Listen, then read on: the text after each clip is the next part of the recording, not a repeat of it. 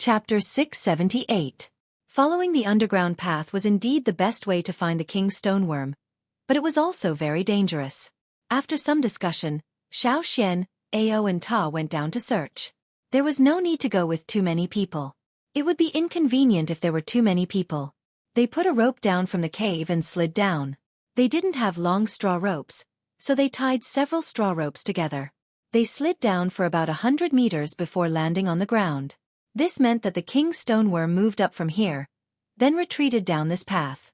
Then, it changed directions and continued moving. Which way should we go? Ao looked at the two paths and couldn't make up his mind. There were two paths after they came down. One was the way the king's stoneworm came from, and the other was the way it left. Xiao Xian looked carefully at the patterns on the stone wall. He touched the stone wall and pointed in one direction. It went that way, but let's go the other way first. Xiao Xian wanted to see if the king's stoneworm came from that direction. Did it pass by Bat Mountain? If that was the case, then the movement of the bat leader could be explained. Ao and Ta understood what Xiao Xian meant, so they didn't object. They followed the direction the king's stoneworm came from. Even though they were underground, Xiao Xian memorized the position on the ground before entering the cave. He had a universal eye in his hand. It can tell the direction without any sunlight or moonlight? Ta was surprised. Yes, Xiao Xian said. When he was asking the tribesmen about this, he heard them mention that they used the universal eye when they were underground. However, only people with high status in the tribe had the universal eye. After all, the universal eye was rare, so the Jing tribe didn't give it out often. To prove Xiao Xian's words, under the light of the water moon stone, a line opened up on the universal eye in Xiao Xian's hand. It was like a narrowed beast's eye. As the line expanded, the direction became clearer. Ao and Ta were both good with directions. As long as they knew the approximate position of the sun and estimated the current time, they could determine where Bat Mountain was. He continued to walk along the passageway. They came from there. Tower confirmed. The more they walked, the more certain they were that the passage came from the Bat Mountain. Increasing their speed, the three of them soon arrived at the Bat Mountain. How did he know that it was Bat Mountain? In addition to his own estimation, there was an upward passage there, but the passage didn't directly lead to the surface. It only extended from the underground for more than 20 meters. Do you think it's because the king's stoneworm noticed the bat leader's tracks when it came here? That's why it wanted to go to the ground. But the bat leader reacted quickly and ran away as soon as the king's stoneworm moved. Is it possible? Ao voiced out his speculation. That is indeed a possibility, Ta agreed. Bat Mountain should be above us. Even if it's not directly below us, it shouldn't be too far away. But why would the king's stoneworm come out of its nest? Even if it's because of the cataclysm, after it came out of its nest, it should have returned after the cataclysm ended. Xiao Xian was puzzled. Maybe the king's stoneworm wanted to change its location? Ta suggested. Xiao Xian didn't deny it. Let's continue walking in that direction. The three of them followed the direction the king's stoneworm had come out of and continued to run in the 100-meter underground cave. There wasn't enough oxygen here. The further they went from the small mountain, the thinner the air became. This wasn't the king's stoneworm's nest, so there wasn't much ventilation. Fortunately, the three of them had a high tolerance for the thin air. If they were beginner or intermediate totemic warriors, they might not have been able to hold on. Ao and Ta also wanted to know why the king's stoneworm was running around after it came out of its nest. However, they soon found out why the king's stoneworm didn't run back, but ran in another direction instead. Not far from Bat Mountain, there was a fault where the passageway was cut off. Moreover, there were traces of the king's stoneworm making a turn here. This place should have been like this for a while. Only the cataclysm last year could cause such changes underground, Ao said. That means the king's stoneworm might have been shocked by the cataclysm last year, so it left its nest and ran here in the chaos. However, the underground was also greatly affected by the cataclysm, so it couldn't find its way back after it came out. Ta didn't know whether to laugh or cry. Even if the king's stoneworm couldn't go back the way it came, it could have gone somewhere else. Why did it continue to run away? What if it couldn't tell the direction? Xiao Xian suggested a possibility. Ao and Ta fell silent. A king beast couldn't tell the direction?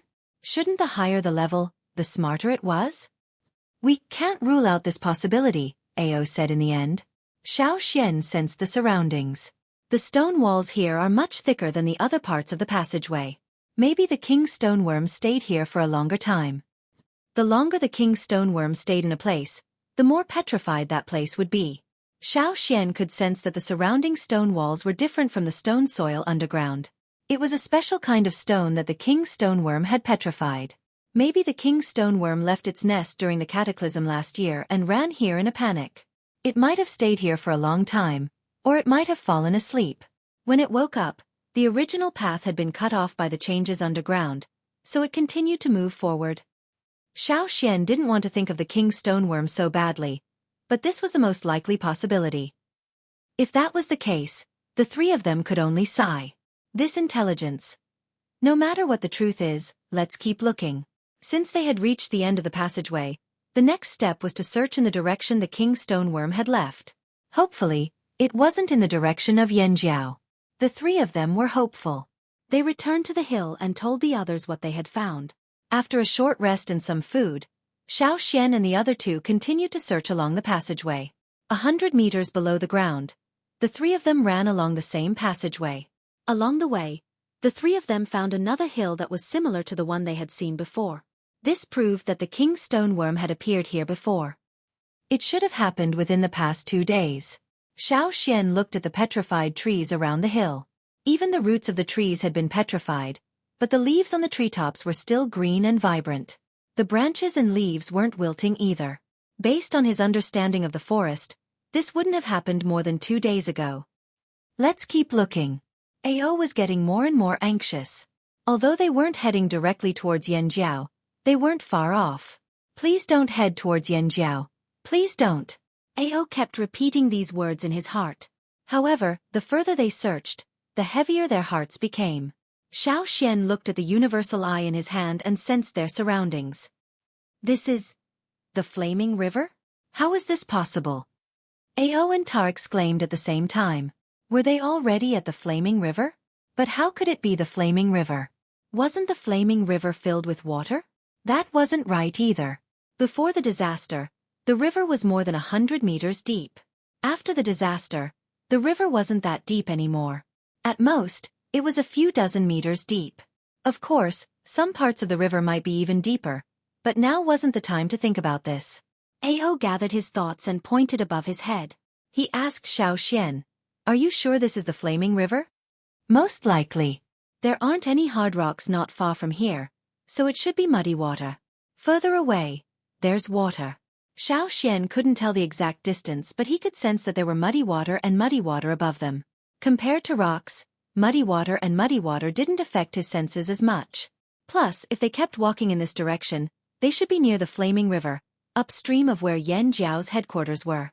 In the past, when Xueqi was free, he would let Cha-Cha carry him upstream for a while. "So that means the king's stoneworm has already crossed the river?" Ta asked. "That's right." Although the king's stoneworm wouldn't have crossed the river towards Yanjiao's headquarters, the three of them were slightly relieved. However, the flaming river trading point was also on the other side of the river. If that place was attacked, it would be a huge loss for Yanjiao. "Let's keep going." Ta was so worried he wanted to pull his hair out. They had been on guard for so long, but they didn't see anyone from the other side. They also didn't see the troublesome bandit. They thought the bat leader was already a big problem, but they didn't expect an even bigger problem. If it weren't for their strong mental fortitude, they would have panicked too. No matter where the king's stoneworm went, the three of them would continue to search along this path. "If we find anything strange, we'll retreat immediately," Xueqi said. Tracking the king's stoneworm was important, but his own life was more important. He couldn't afford to lose his life because of this. That was a king beast they were talking about. Plus, they were almost 100 meters underground. The terrain was advantageous for the king's stoneworm. If they really fought, the three of them would be crushed. As Xueqi and the other two continued to track the king's stoneworm, in a forest outside the Flaming River trading point. They were quite a distance away from the Flaming River trading point. After Yanjiao expanded their patrols outside the trading point, some robbers had no choice but to retreat from their hunting area. They wanted to rob and get something, but they didn't want to go against Yanjiao. What do you think those Yanjiao people are thinking? What a busybody. Our robbery has nothing to do with them. a person sitting on a tree said as he played with a dagger made from animal bone. Who knows? I don't like them anyway. I won't go into the flaming river trading point. A muscular man with a full beard and unkempt hair said in a low, muffled voice. A voice came from the thick grass nearby. The last time I went there, those Yen Jiao guards almost burned a hole in me. TSK, do they think I care about the things in their trading point? Even if they invite me next time, I won't go in. That's right, I won't go in no matter what. We'll just rob outside. Haha, we won't have to face those annoying Yen Jiao people. Haha. Another person sitting on the tree said as he slapped his thigh. They were a group of robbers outside the flaming river trading point. There were more than 20 of them hiding here. Originally, there were about 50 of them, but they were in other places. If they found any prey, they would be notified. When they robbed, they would only choose those traveling teams that had fewer people and seemed easy to bully. They would not risk robbing those who were obviously not to be trifled with. Robbing also depended on one's eyesight. Those who did not have good eyesight would not even know how they died, not to mention robbing. The robber who was torn to pieces a few days ago was one of them. He didn't have good eyesight and robbed a weirdo who looked more like a beast than a Yen Jiao. He deserved to be torn to pieces. As for the person who said he was almost burned a hole in his body by the Yen Jiao guards when he entered the trading point, it was actually because a Yen Jiao patrol outside the trading point encountered them. They even killed a few of them. Luckily, they ran fast enough and weren't caught. Not long after that, they decided to enter the trading point to take a look and see if anyone had good stuff. They would wait for those people to leave the trading point before making their move. The Yen Jiao guards felt that their auras were familiar, so they kept staring at them. They were so nervous that they almost ran back. However, after that incident, they never entered the trading point again. They were worried that they would be caught by the Yen Jiao guards. They hated the Yen Jiao guards who stopped them from robbing. The few of them were spitting spittle as they criticized the Yen Jiao guards. Suddenly, one of the people in the tree looked at them sharply. What's going on? An extremely dangerous aura filled the air, but he wasn't sure where it came from. He looked around and didn't see anyone else. Yen Jiao patrols wouldn't patrol here. Who's here? The others stopped talking and went on alert. The forest suddenly became eerily quiet. Only then did they realize that something terrible had happened. Before, they could still hear the chirping of birds, but they didn't pay attention to it. Now that they stopped talking, they noticed the change. The first person to notice that something was wrong had cold sweat dripping down his forehead. He still couldn't find the source of the aura. It seemed to be coming from all directions. Moreover, the feeling was getting stronger and stronger. Even the slowest person in the group felt a chill that made his scalp feel like it was going to explode. His hand holding his knife was shaking uncontrollably. Generally speaking, when they didn't know what was going on, they would quietly hide and observe. However, this aura that shook their minds made it impossible for them to remain calm. Where was it? Everyone held their breaths and observed their surroundings. Even the movement of a flying insect would be detected by them. Nothing. Still nothing. Where did that aura that made them unable to even muster the courage to resist come from? There was no one around. Not even a bird. Even the insects seemed to have disappeared at this moment. It was dead silent. Even the wind seemed to have frozen. Crack, crack, crack, crack. A faint sound came, stimulating their nerves. It was the sound of movement coming from beneath their feet. When they finally looked down, everyone was so scared that their souls almost flew out of their bodies. Chapter 679. On the ground, the originally green grass and leaves started to turn gray from bottom to top. They did not look as flexible as before and became as still as stone. Not even the slightest tremor could be seen. No, it was not just the grass. On the ground, whether it was the soil or the flowers and trees, all of them were undergoing the same change. The brown bark, the green leaves, the yellow soil, all of them became the same color. Like the mutated grass, they became stiff. What was going on? How could it cause such a terrifying change to occur in this area? Manpower? No, they had never seen anyone who could change everything in such a large area like this. No matter what, the horrifying scene in front of them was beyond their knowledge. Looking at the changes that were spreading up from the ground, a cold chill penetrated the soles of their feet and spread to their entire bodies. It was as if they were not in the forest, but trapped in a vast glacier. The trembling from their bones stimulated their nerves. They could not stay here any longer. Run! The people who reacted the fastest had already exploded with their greatest power. At this time, they could not think of hiding anymore.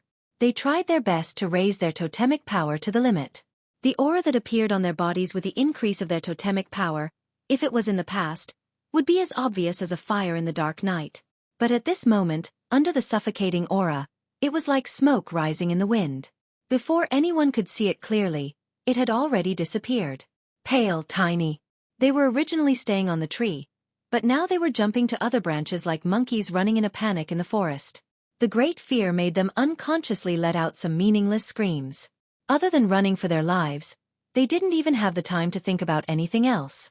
From the corner of their eyes, they saw that the ground under their feet was no longer a land of life with a mixture of colors. It was a land of death full of gray.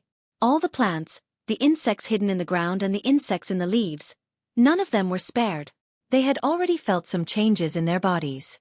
It was only because of the strong resistance of the totemic power in their bodies that the changes were slowed down. But with the rapid approach of the huge aura that came from nowhere, the totemic power in their bodies would soon be useless like a mantis trying to stop a chariot. The trees around them had already started to turn grayish-white, as if an invisible hand was smearing the surroundings with grayish-white paint. Now, that pair of large hands was sweeping towards them. Quick! Quick, quick, quick! Ah!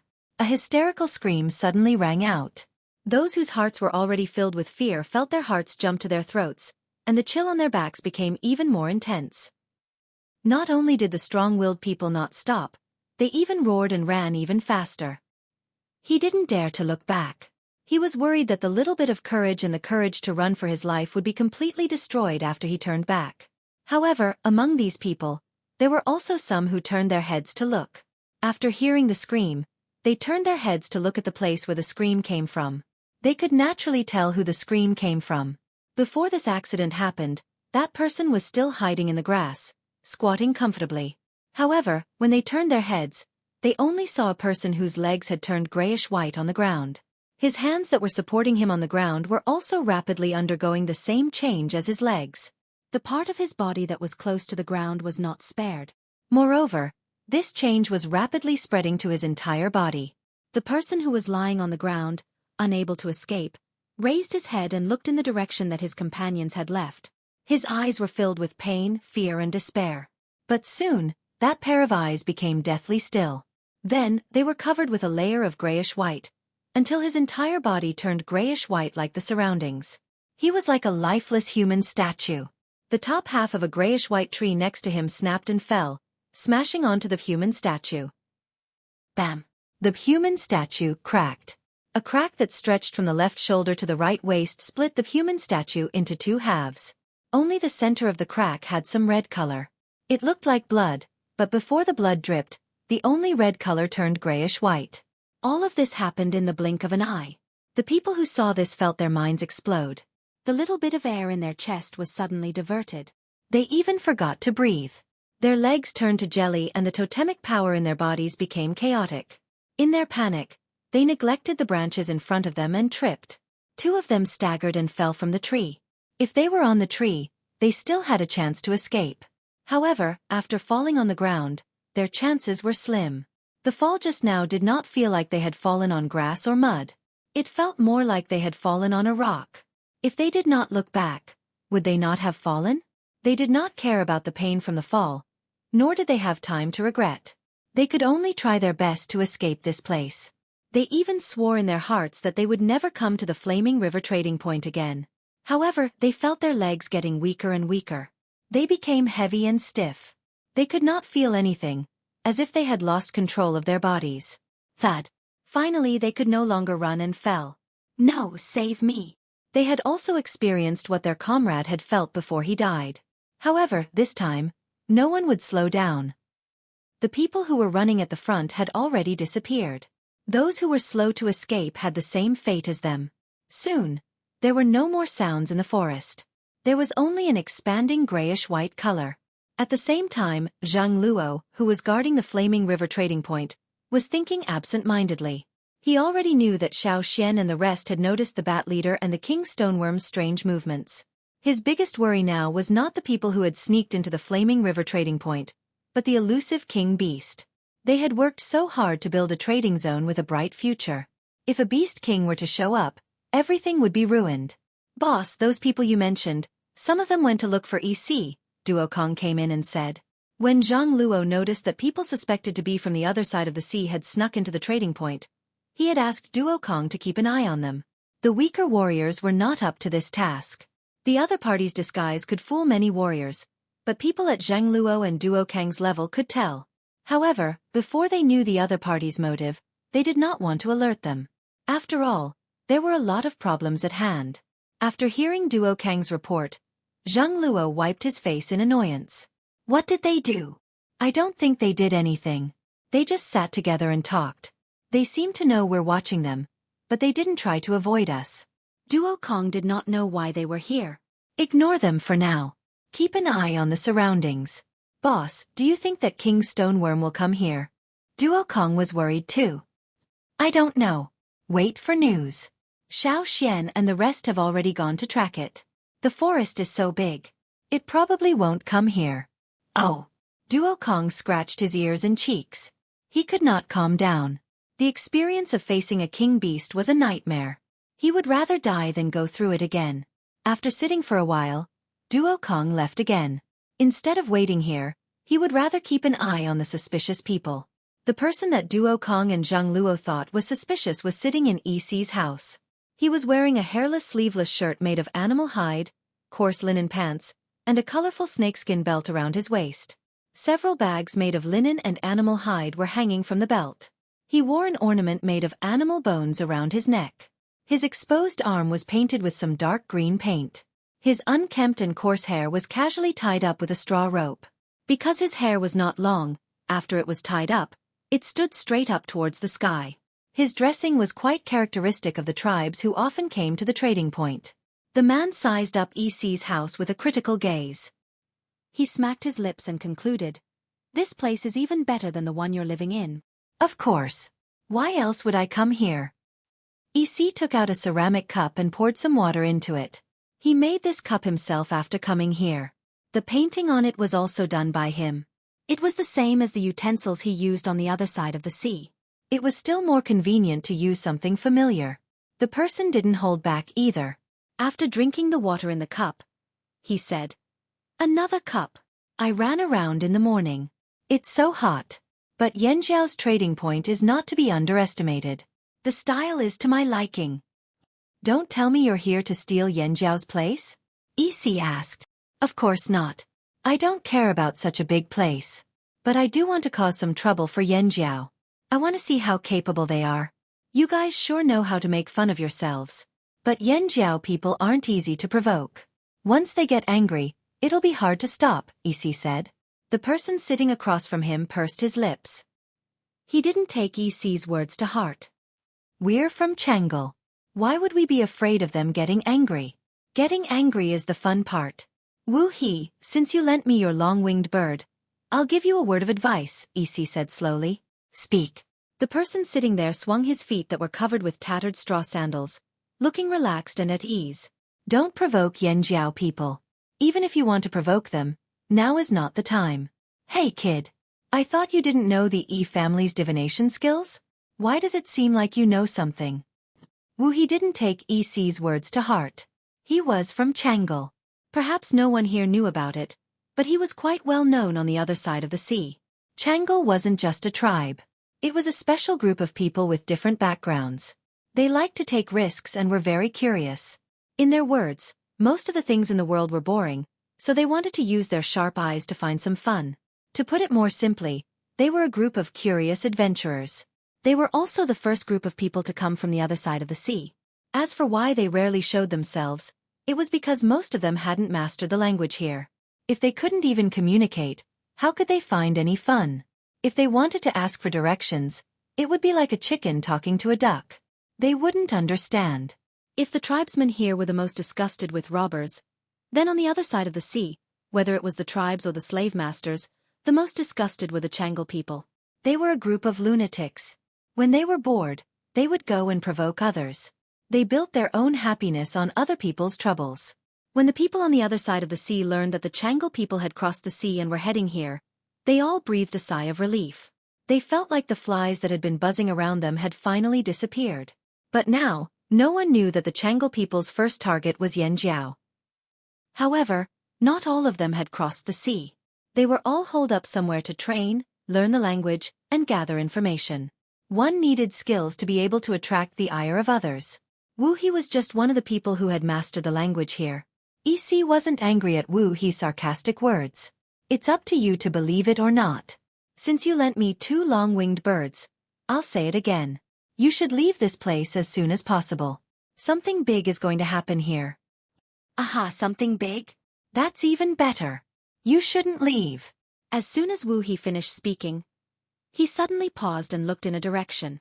EC glanced at the sky outside the window, then looked at Grasshopper, who had been hiding in the corner. It's here. What's here? What do you mean? Wu He looked at EC, then at Grasshopper. Grasshopper had beast blood, so his control over his totemic power wasn't very precise. Normally, he couldn't completely hide his totemic patterns. But now, the patterns on his body were even clearer, like those on a beast. His thick hair stood up like stone needles. Poochie. Short spikes protruded from Ching Fu's back. His sunken eyes were filled with fear. He shrank into a corner. He was so big that he could touch the roof with a single jump. But now, he wanted nothing more than to bury himself in the ground. Why are you so scared? Wu He raised his eyebrows and looked in the direction of the strange aura. Because he was far away, he didn't feel it very strongly. But even so, it was enough to make his heart jump. It wasn't just them. Zhang Luo and the others in the Flaming River Castle, as well as the sharper people in the trading point, all felt it. What was going on? At the entrance of the trading point, Kuan Tu and the others were guarding the entrance, cautiously watching the people going in and out. Zhang Luo said there were suspicious people moving around the Flaming River trading point these 2 days, but they couldn't find out who they were. This could only mean that the other party was very skilled at disguising themselves. Suddenly, there was a sharp and urgent whistle from the patrol team. This was a warning signal. Someone's coming. Kuan Tu stared in that direction. Soon, they saw 7 people running out of the forest. But these 7 people were very strange. Their bodies were covered in different degrees of gray. At first, they thought it was paint, but when they got closer, they realized it was more like stone. These 7 people looked crazy, as if they had seen something extremely terrifying. They roared hoarsely as they ran. When they saw Kuan Tu and the others, their eyes lit up and they shouted, "Help!" Not long ago, they said they would never enter the Flaming River trading point again. But when they ran for their lives, they split into 2 groups. One group ran to another place, but the 7 of them felt safer with more people. If there were more people, even if they ran, there would be others to share the burden. In this area, the only place with more people was Yanjiao's trading point. That was why they ran all the way here. Of course, Kuan Tu wouldn't let them enter the trading point, so he tied them up with the others. But the people who were tied up were still struggling, shouting at the top of their lungs, "They're coming! They're behind us! Behind us!" Kuan Tu didn't know what they were talking about. He wanted to knock them out, but even though they looked crazy, they might know something. So he sent them to Zhang Luo. When these people were struggling, the grayish-white stone-like things on their bodies seemed to be growing in their flesh. As they struggled and pulled, those stone-like places separated from their flesh. However, the 7 people did not care about the bleeding wounds on their bodies and continued to madly repeat those words. "Boss, what did they see?" Duo Kang's voice was shaking. Kuan Tu didn't understand, but Duo Kang already had a guess. He just didn't want to believe it. How could this be? How could he be so unlucky? No, it couldn't be what he thought. Duo Kang tried to brainwash himself. But in the next moment, Zhang Luo shattered Duo Kang's hope. Zhang Luo's voice was hoarse. He gripped his knife so hard his knuckles turned white. "Spread the word, there's a king beast nearby." Thud. Kuan Tu let go and the people who were tied up fell to the ground. King beast. Kuan Tu felt a chill run down his spine. The people who were tied up heard Zhang Luo's words and struggled even harder. Their hoarse voices sounded like they were going to bleed. "Let me go. I want to leave." Leave. Why were they stupid enough to come here? They should have run as far as they could. Duo Kang didn't care about those people anymore. With Zhang Luo's words in mind, He walked to the top of the flaming river tower, took a deep breath, and shouted, "All of you, listen up. There's a king beast nearby. Everyone be careful." Zhang Luo was an advanced totemic warrior. With his full strength, almost everyone in the trading area could hear his words. The bustling trading point froze for a moment, as if digesting this sudden news. But very soon, it was an uproar. The king beast was here. This was like a bomb thrown into the water, creating huge waves in the flaming river trading point. The king beast was here. What should they do? Run, of course. Stay here and wait for death? Wu He, who was drinking water in EC's room, spat out the water in his mouth, threw the cup away and jumped out the window. Why are you running? Didn't you want to watch the show? Didn't you want to have fun here? EC shouted at Wu He's back. We're here to have fun, not to die. You can stay here if you want. Fuck. No wonder I'm trembling. It's a king beast. Wu He immediately ran out of the trading point. The trading point was in chaos. People were screaming and yelling as they packed their things and left. For people who rarely saw living ferocious beasts, beast kings were legendary creatures. But that didn't stop them from fearing beast kings. In the stories passed down by their ancestors, beast kings were invincible. Almost all people who went up against beast kings would die. However, there were also some exceptions among them. Ha ha ha, I've waited for so many years and it's finally here. I'm not leaving, I want to see the king beast. Someone clenched his fists and shouted, his face red with excitement. The people around him looked at him as if he was crazy. You'll die if you don't run. His companions tried to persuade him again. So be it. What's there to be afraid of? I want to see what a king beast looks like. I want to stay. Don't stop me. He was hopeless. Seeing how stubborn he was, the people around him gave up. There was no time to waste here. They quickly packed their things and left. Let the idiots who wanted to see the Beast King throw away their lives die there. Chapter 680. Because of Duo Kang's roar, all the traveling teams that were trading in the Flaming River trading point, as well as the tribesmen who had set up their stalls along the river, all packed up and left. They closed their windows and doors, took all their goods out, and rushed towards the 3 main doors. Some people did not have a clear idea of what a king beast was, but when they saw the others running for their lives, they were moved by the atmosphere. According to the others, it was not good to stay, so they should just run for their lives. Yanjiao's patrols and gatekeepers were summoned to the open space inside the Flaming River Castle. Zhang Luo would tell them what to do next. Even with Zhang Luo and Duo Kong here, the word King Beast was the biggest source of fear. Boss, what do we do now? Duo Kong asked Zhang Luo anxiously. Zhang Luo couldn't make up his mind. Who knew they would encounter something like this? Let's see if there's any news from the tribe. Zhang Luo had already sent someone back to the headquarters to inform them of what happened here. They would definitely send someone over immediately. No matter what, there's no use panicking now. Guard the trading point well and don't let anyone take advantage of us. Duo Kong could only order his men to clear the trading point. Most of the outsiders would definitely leave, but only a few would stay. They had to keep an eye on those who stayed behind. Plus, they definitely wouldn't let those people run around at a time like this. They had to restrict their movements and send people to keep an eye on them. Soon, Gigu brought his men over. When he heard the news, he wanted to slam the table. The thing he was most worried about had happened. Where's Xiaoxian and the others? Duo Kong had been waiting for them. When they encountered the salt beast in the salt mines, it was Xiaoxian who blocked it for them. Now the person he trusted the most was not Gigu, the current chief, or Xiaoxian, the former chief, but Xiaoxian, the Grand Elder. The others who had the same experience as Duo Kong also looked at Gigu, wanting to hear from him about Xiaoxian. They haven't returned yet. Gigu had never faced a king stoneworm before, so he couldn't make the decision on his own. This time, it was the king stoneworm. In the entire Yanjiao tribe, Xian was the only one who had come into close contact with the king stoneworm. What should we do now? They were still in the forest and had not returned. If the king stoneworm came directly to the trading point, should we fight it? Or should I avoid it? Duo Kong was anxious. It was not hard to imagine the consequences of fighting the Beast King head-on. He might be able to stop the Beast King, but he would have to pay a heavy price. On the other hand, if he chose to run away, he would have to give up on the trading zone. Since the establishment of the Flaming River trading point, they had put in a lot of effort. No one could bear to give it up just like that. Prepare for both scenarios, Gigu said. If there's no other choice, we can only endure it. If we can't, we can only give up.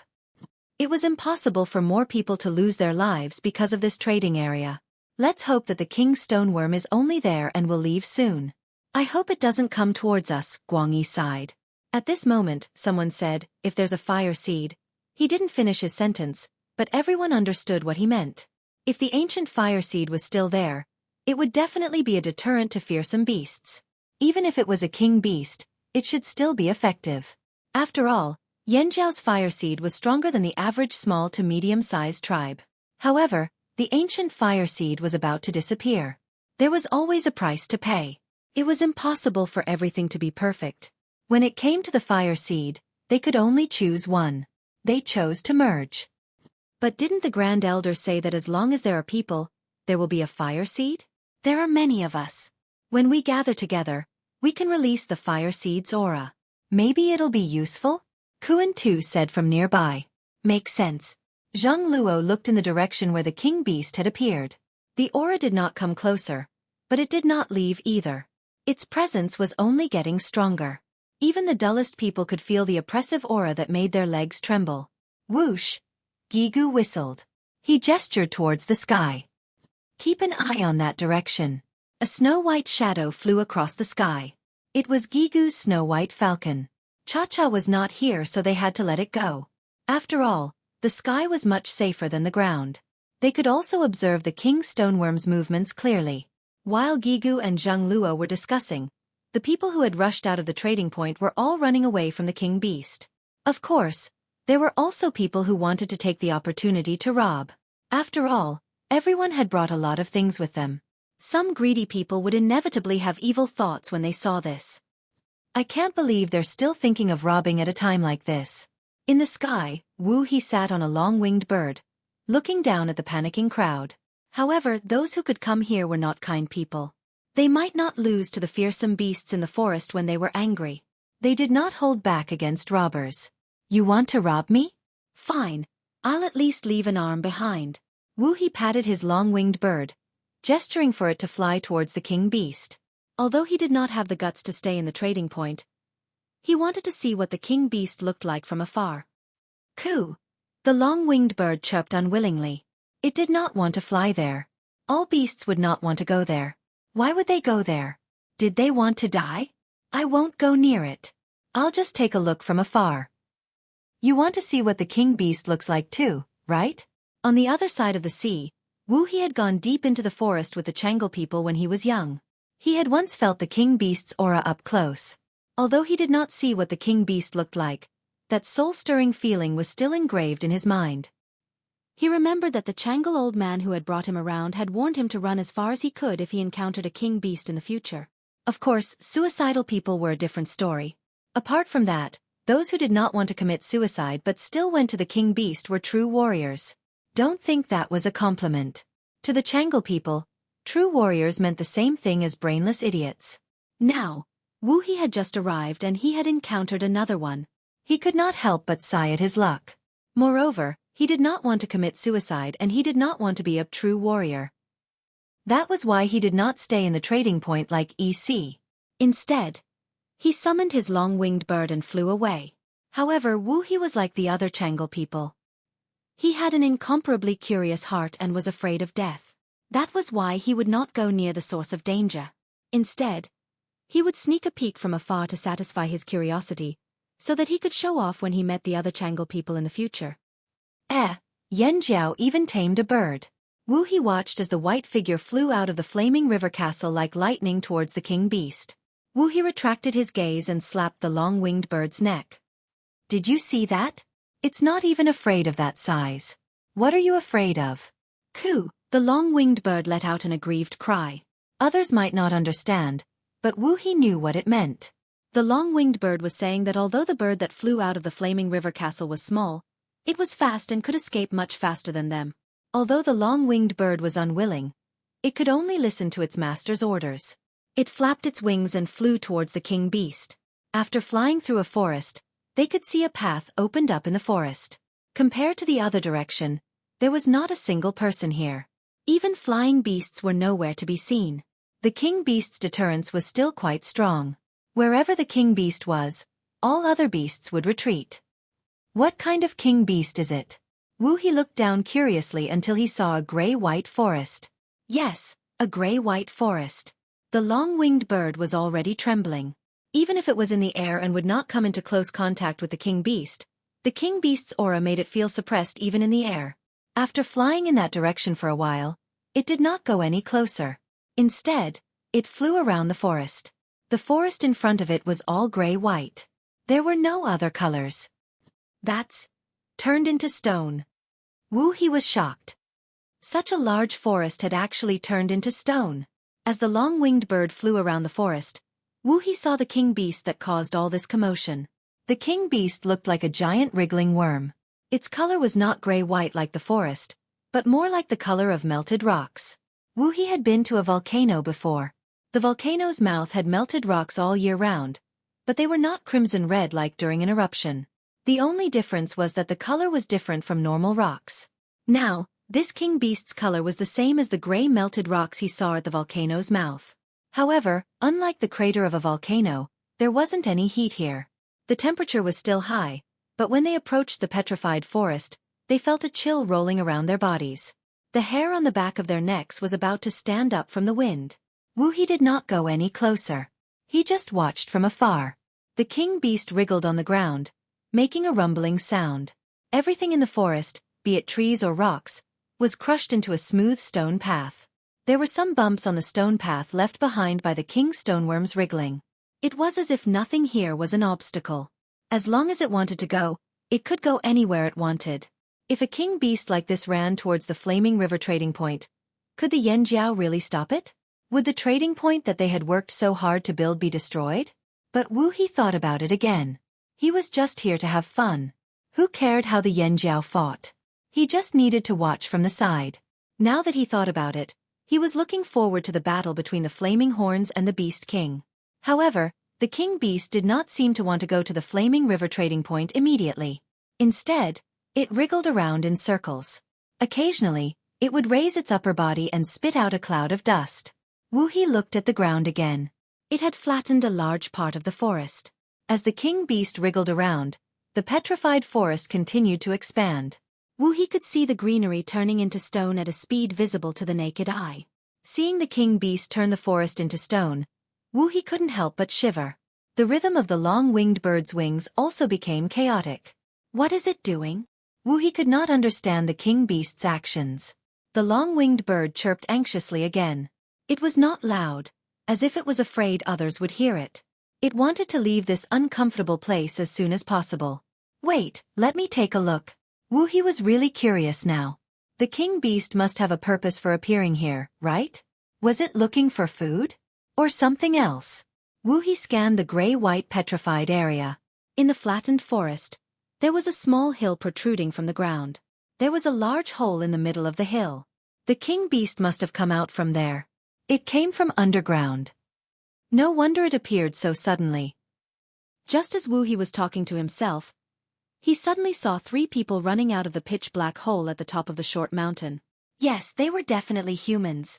Even if he was a little far away, with Wu-He's eyesight, even if he couldn't see the other party's appearance clearly, he was still certain that the 3 people who jumped out of the hole were indeed people. Who was so brave to come out of the king beast's hole? Thinking about how he didn't even want to get close to them, Wu-He concluded, they're really fierce warriors. Even though the king beast was quite a distance away from the hill, it was the first time Wu-He had seen someone brave enough to come so close. The 3 people who jumped out of the hole ran away like the wind. They did not even look at the king beetle. The person in the lead paused for a moment. At the same time, the wriggling king beetle stood up and looked in the direction of the 3 people. But that was all there was to it. After that, the beast king went back to the ground and wriggled around the area.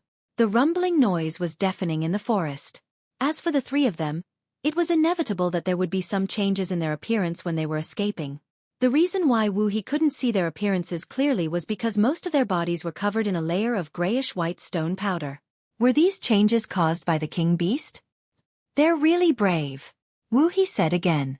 If they ran a little slower and the king beast was a little closer to the hole, the three people might not have been able to escape so easily.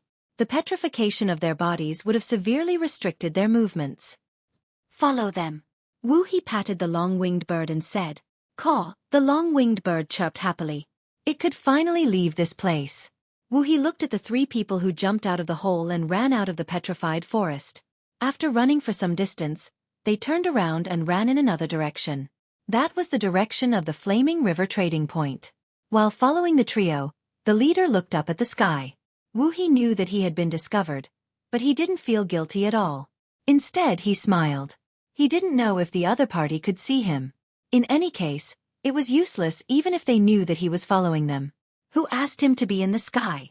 This feeling of looking down on the ground from above, this feeling of greeting their ancestors, this feeling of not being able to touch a single hair on his body.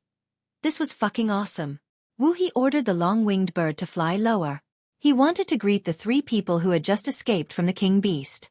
But before he could say anything, the person in the lead put a finger in his mouth and whistled. Wu He raised an eyebrow. What was the meaning of this? Calling for reinforcements? "I'm not afraid." Before he could finish his sentence, the long-winged bird screeched and turned to leave. Its sudden reaction almost threw Wu He off. "Hey, what's wrong with you? You're not listening. Wrong direction." Wu He wanted the long-winged bird to continue following the three people, but he sensed something and turned to look at the sky. An eagle that was twice the size of the long-winged bird was flying towards them from a higher altitude. "Fuck! Run, run!" Wu He urged. Thinking back to the news he heard, Wu He looked at the eagle that was chasing them. Was that the Yanjiao's giant mountain eagle? Did that mean the three people below were from the Flaming Horn tribe? Chapter 681. When Xueqi and the other two returned to the Flaming River trading point, it was already empty. Those who wanted to escape had already left. Those who didn't want to leave had been brought to a corner by the Yanjiao people. The patrols who were counting the people in the trading point almost attacked Xueqi and the other two as thieves. "Grand Elder and the others are back." Kuan Tu shouted excitedly as he ran towards the Flaming River Castle. Duo Kong heaved a sigh of relief when he heard that Xueqi was back. No matter what happened next, with Xueqi around, he would feel more at ease. However, when they saw the state of Xueqi and the other two, Duo Kong and Zhang Luo were shocked. "How did you end up like this?" Zhang Luo asked hurriedly. "Don't mention it, it's all because of that king stoneworm." Tower slumped in his chair, exhausted. He took a few gulps of water from the person beside him. This was the first time he was so close to a king beast. As expected, the fearsome beasts he hunted in the grassland, even the most troublesome ones, paled in comparison to a king beast. They were on a completely different level. The three of them were covered in grayish-white powder. Not only that, some parts of their bodies and clothes were grayish-white too. However, those parts had already turned to stone. Seeing Tower shake off a layer of hard stone on his arm, Duo Kong and the others' hearts skipped a beat. There was already a piece of flesh on Ta Shou's forearm that had turned into stone. Fortunately, the area that was petrified was not too deep, and the injury was not too serious. However, when they saw that piece of flesh that was dripping with blood after shaking off the stone fragments, everyone present felt uneasy. If even the team leader couldn't avoid this kind of injury, how long could they last? Among Xueqi and the other two, Tower's injury was the most serious. While Tower was applying medicine, Ao also told everyone about the process of their chase and the conclusions and guesses they had made. Not long after they crossed the Flaming River, they sensed the King Stoneworm's location. The underground tunnel led directly to the surface. However, there was a King Stoneworm outside the cave. Ta and Ao did not know what to do. Should they retreat or charge out? At that time, Ta and Ao were more inclined to rush out directly, but they were stopped by Xueqi. Fortunately, Shen stopped us at that time. Otherwise, if we had rushed out at that time, we might not have been able to return safely. Ao sighed. Because they were not familiar with the King Stoneworm, they did not have a clear understanding of the King Beast. Even though they knew that the King Beast was strong, Ao and Ta had thought that they could escape if they tried. They were confident in their speed. Besides, the King Stoneworm was not near the entrance of the cave. At least they could follow its movements. As long as the King Beast did not notice them, they could leave. It was only when Xiao Xian stopped them and found another opportunity to escape that they realized how naive they were. Even if the king's stoneworm did not pay attention to them, it could still turn them into stone. So that means we can't even get close to the king's stoneworm? Zhang Luo frowned.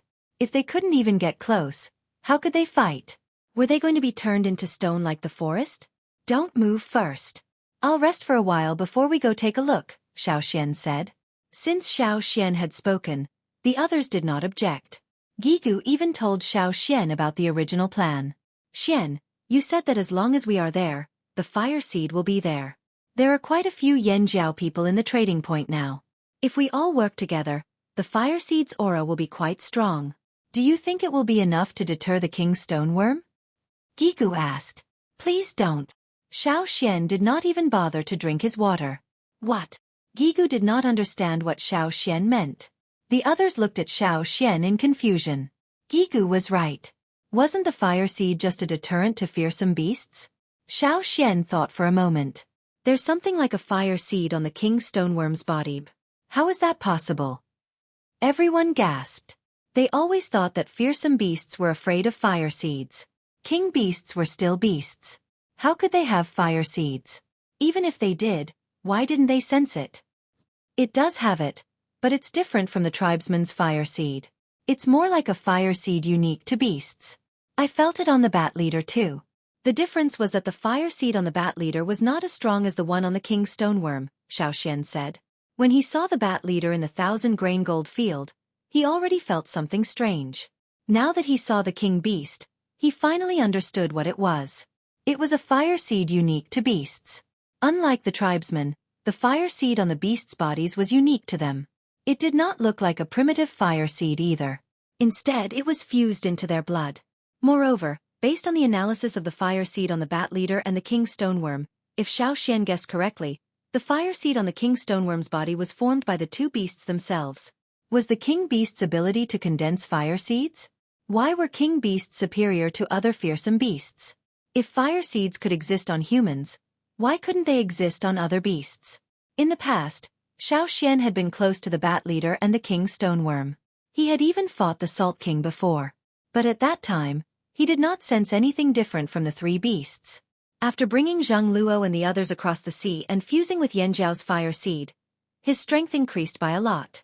Especially the light shield around his totemic flames. It was another special power that existed in Xiao Xian's body. He was getting better at using it. Xiao Xian also knew that the reason why he was not strongly rejected by other tribes' fire seeds, and could sense things that others could not, was because of the special power within him.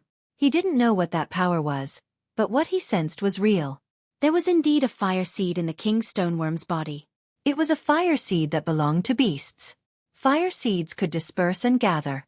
Only fearsome beasts that could condense fire seeds could become kings. The fire seed in the bat leader's body was not obvious. It was just a trend. At most, it could only be considered a half-king. It was above fearsome beasts and below king beasts. If it could condense the fire seed in its body one day, it would become a true king. Ao and the others did not know why Xiao Xian said this, but Xiao Xian did not look like he was joking. In this aspect, they also believed that Xiao Xian would not speak without any evidence. If there really is a fire seed in the king's stoneworm's body, won't we anger it if we release our fire seed energy? Duo Kong asked. Fire seeds usually repelled each other, so it was definitely not a good idea to anger the king beetle because of this. But if the king stoneworm comes towards us, we can only fight it, Duo Kong was worried. It was not a question of whether they should avoid it or not. They had no choice. I'll go take a look first. Xiao Xian had recovered. He did not shake off the layer of stone powder on his body. Instead, he left the trading point and headed towards the king's stoneworm. Zhang Luo and Gigu followed closely behind Xiao Xian. One reason was to help Xiao Xian if necessary. The other reason was to see what the king's stoneworm looked like. Xiao Xian approached the king's stoneworm. He did not tell them everything in the trading point. When he sensed the strange fire seed energy in the king's stoneworm, he also sensed the king's stoneworm's mentality. Just like the totemic flame in Xiao Xian's mind, it would change according to the warrior's mentality and emotions. The king's stoneworm did not have a totemic flame, but it had a similar fire seed energy. As the energy fluctuated, the king stoneworm expressed its thoughts and emotions. If it were anyone else, even if they sensed the fire seed energy in the king stoneworm, they might not be able to escape unscathed because the fire seed would reject them. However, Xueqi's other energy was different. When Xueqi left the cave with Tar and Ao, he paused for a moment because he sensed this change. At the same time, he was not repelled by it. In order to leave quietly, the three of them did their best to conceal their totemic power and Yanjiao's fire seed energy. Although it would slow them down, it was safer. When the king stoneworm stood up, it might not have sensed their energy. Perhaps it was Xueqi's other power. This was because Xueqi did not feel any rejection from the king stoneworm. On the contrary, the king stoneworm seemed to be excited for a moment. However, after Xueqi completely blocked out the power and left, the king stoneworm did not notice it anymore. To verify his guess, Xueqi told Zheng Luo and Gigu to stay away while he approached the king stoneworm. He did not stand in the direction of the Flaming River trading point. Instead, he hid somewhere else. This way, if the king stoneworm made a move and he escaped, the king stoneworm would not chase him in the direction of the trading point. Xueqi stood behind a tree that was still green. He looked towards the source of the rumbling sound. There, the king stoneworm was still wriggling aimlessly. Compared to when Xueqi and the rest left, the grayish-white stone forest had expanded. When the king stoneworm had its back to him, Xueqi suppressed the totemic power in his body and tried not to release the flaming horn's fire seed energy.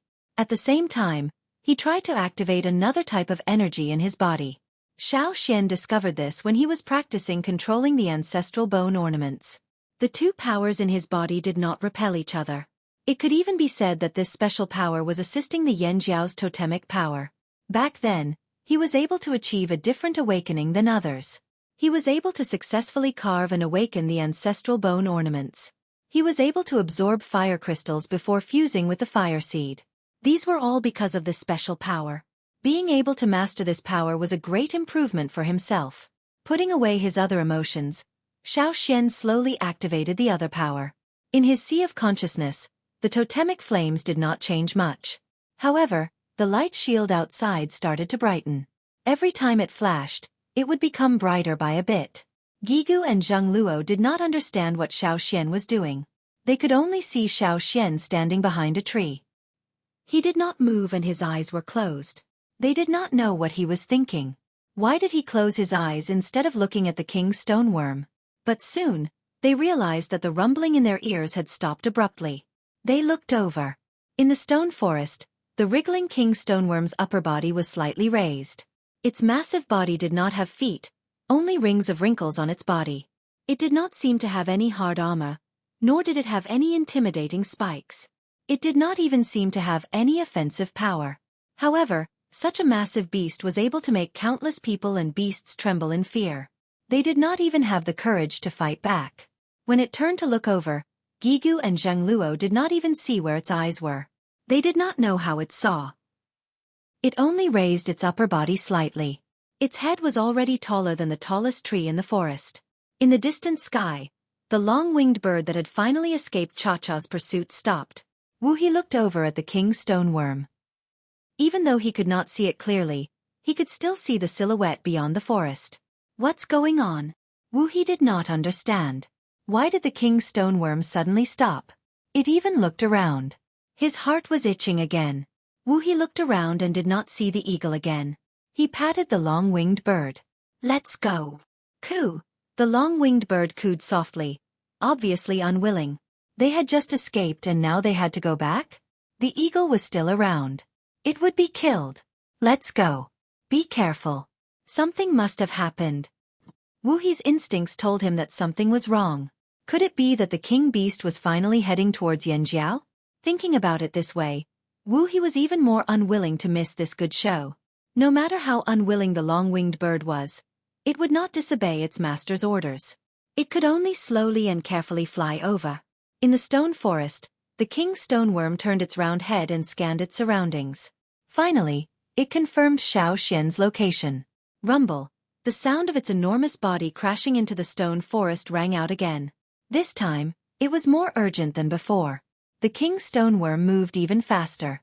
Gigu and Zheng Luo, who were hiding in the dark, saw the king stoneworm moving towards Xueqi. They were anxious and even whistled a few times to warn him. Xiao Xian did not open his eyes but raised a hand to signal to Gigu and Zhang Luo. He knew that the king's stone worm was coming his way. The grayish-white was expanding towards Xiao Xian. When the grayish-white approached, Xiao Xian moved too. He did not run towards the flaming river trading point. Instead, he ran in the opposite direction. That way, even if something happened, it would not affect the trading point. As Xiao Xian left, the king's stoneworm followed. It sped up again. Although it was huge and surrounded by trees and rocks, nothing could stop it. Xiao Xian had to avoid obstacles when he ran, but the king's stoneworm ran in a straight line. Rocks blocked rocks and crushed trees. What is he trying to do? Wu He was confused when he saw what was happening below. He could recognize that the person running in front of the king's stoneworm was the one who summoned the giant mountain eagle. He was a Yanjiao tribesman. What he did not understand was that the Yanjiao tribesman had clearly left. Why did he come back? And why was the king's stoneworm following him? Was he trying to lure the king's stoneworm away? Chapter 682. It was naturally a good idea to draw the trouble away instead of confronting it head-on. However, the prerequisite was that the trouble had to be really far away from here. Using one person as bait to lure the king beast away, while the rest stayed put. Could it be that Yan Jiao wanted to sacrifice one person to protect the rest? Wu He guessed as he watched the situation below. At the same time, Xiao Xian, who was circling the forest, had no time to pay attention to anything else. He was only focused on the king's stoneworm behind him. He circled the forest, and the king's stoneworm followed him.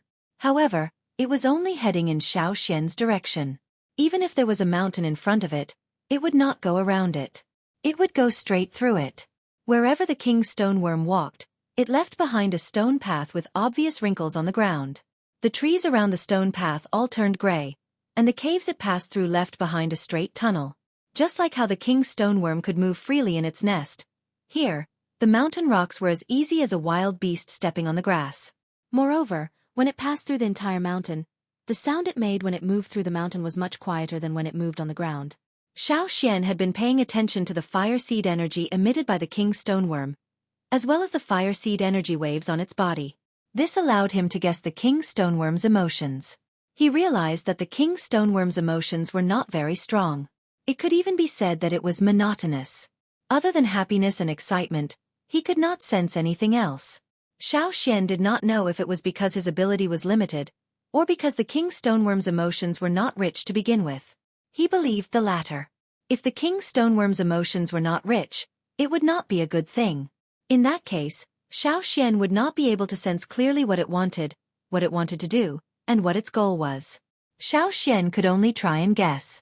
Fortunately, at least until now, the king's stoneworm had not shown any hostility to Xiao Xian. In fact, there was even a hint of friendliness in its happiness. This did not mean that the king's stoneworm would not attack Xiao Xian, but it might treat Xiao Xian as one of its own, just like how the bat leader treated Xiao Xian as one of its own. The difference was that the bat leader didn't attack Xiao Xian, but the king's stoneworm didn't know how to control its power. If the distance between Xiao Xian and the king's stoneworm got closer, Xiao Xian's fate would be obvious. He would be turned into a stone forest. Zhang Luo and Gigu saw this and guessed that Xiao Xian wanted to lure the king's stoneworm away. But how far did he have to lure it away? How was Xiao Xian going to get rid of the king's stoneworm? There's still Cha-Cha. Gigu looked up at the sky. Seeing that Cha-Cha was following them, he felt relieved. That's good, that's good. Zhang Luo was relieved. As long as the king's stoneworm was lured away, Cha-Cha could bring Xiao Xian back. The king's stoneworm couldn't fly anyway, so what if it was powerful? After thinking it through, He first took out a strip of cloth and wrote a few simple words on the cloth with a bamboo tube of paint that he carried with him. Then, he called the snow-white falcon over and had it bring the cloth to the trading point. A white figure flew out from the forest with a piece of cloth tied to its leg. It flew straight towards the trading point without looking at the long-winged bird in the sky. Duo Kong and the others were waiting anxiously at the trading point. They didn't see Xiao Xian and the rest for a long time, nor did they see any signs of the king beast.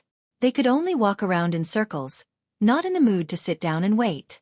Finally, seeing the white falcon flying over, Ao, who was lying down and resting, got up and untied the cloth tied to the falcon's leg. What did it say? Duo Kong and Ta hurried over. Gigu wrote it. He said that Xian has lured the king beast away, Ao said. Lured away? Duo Kong was confused.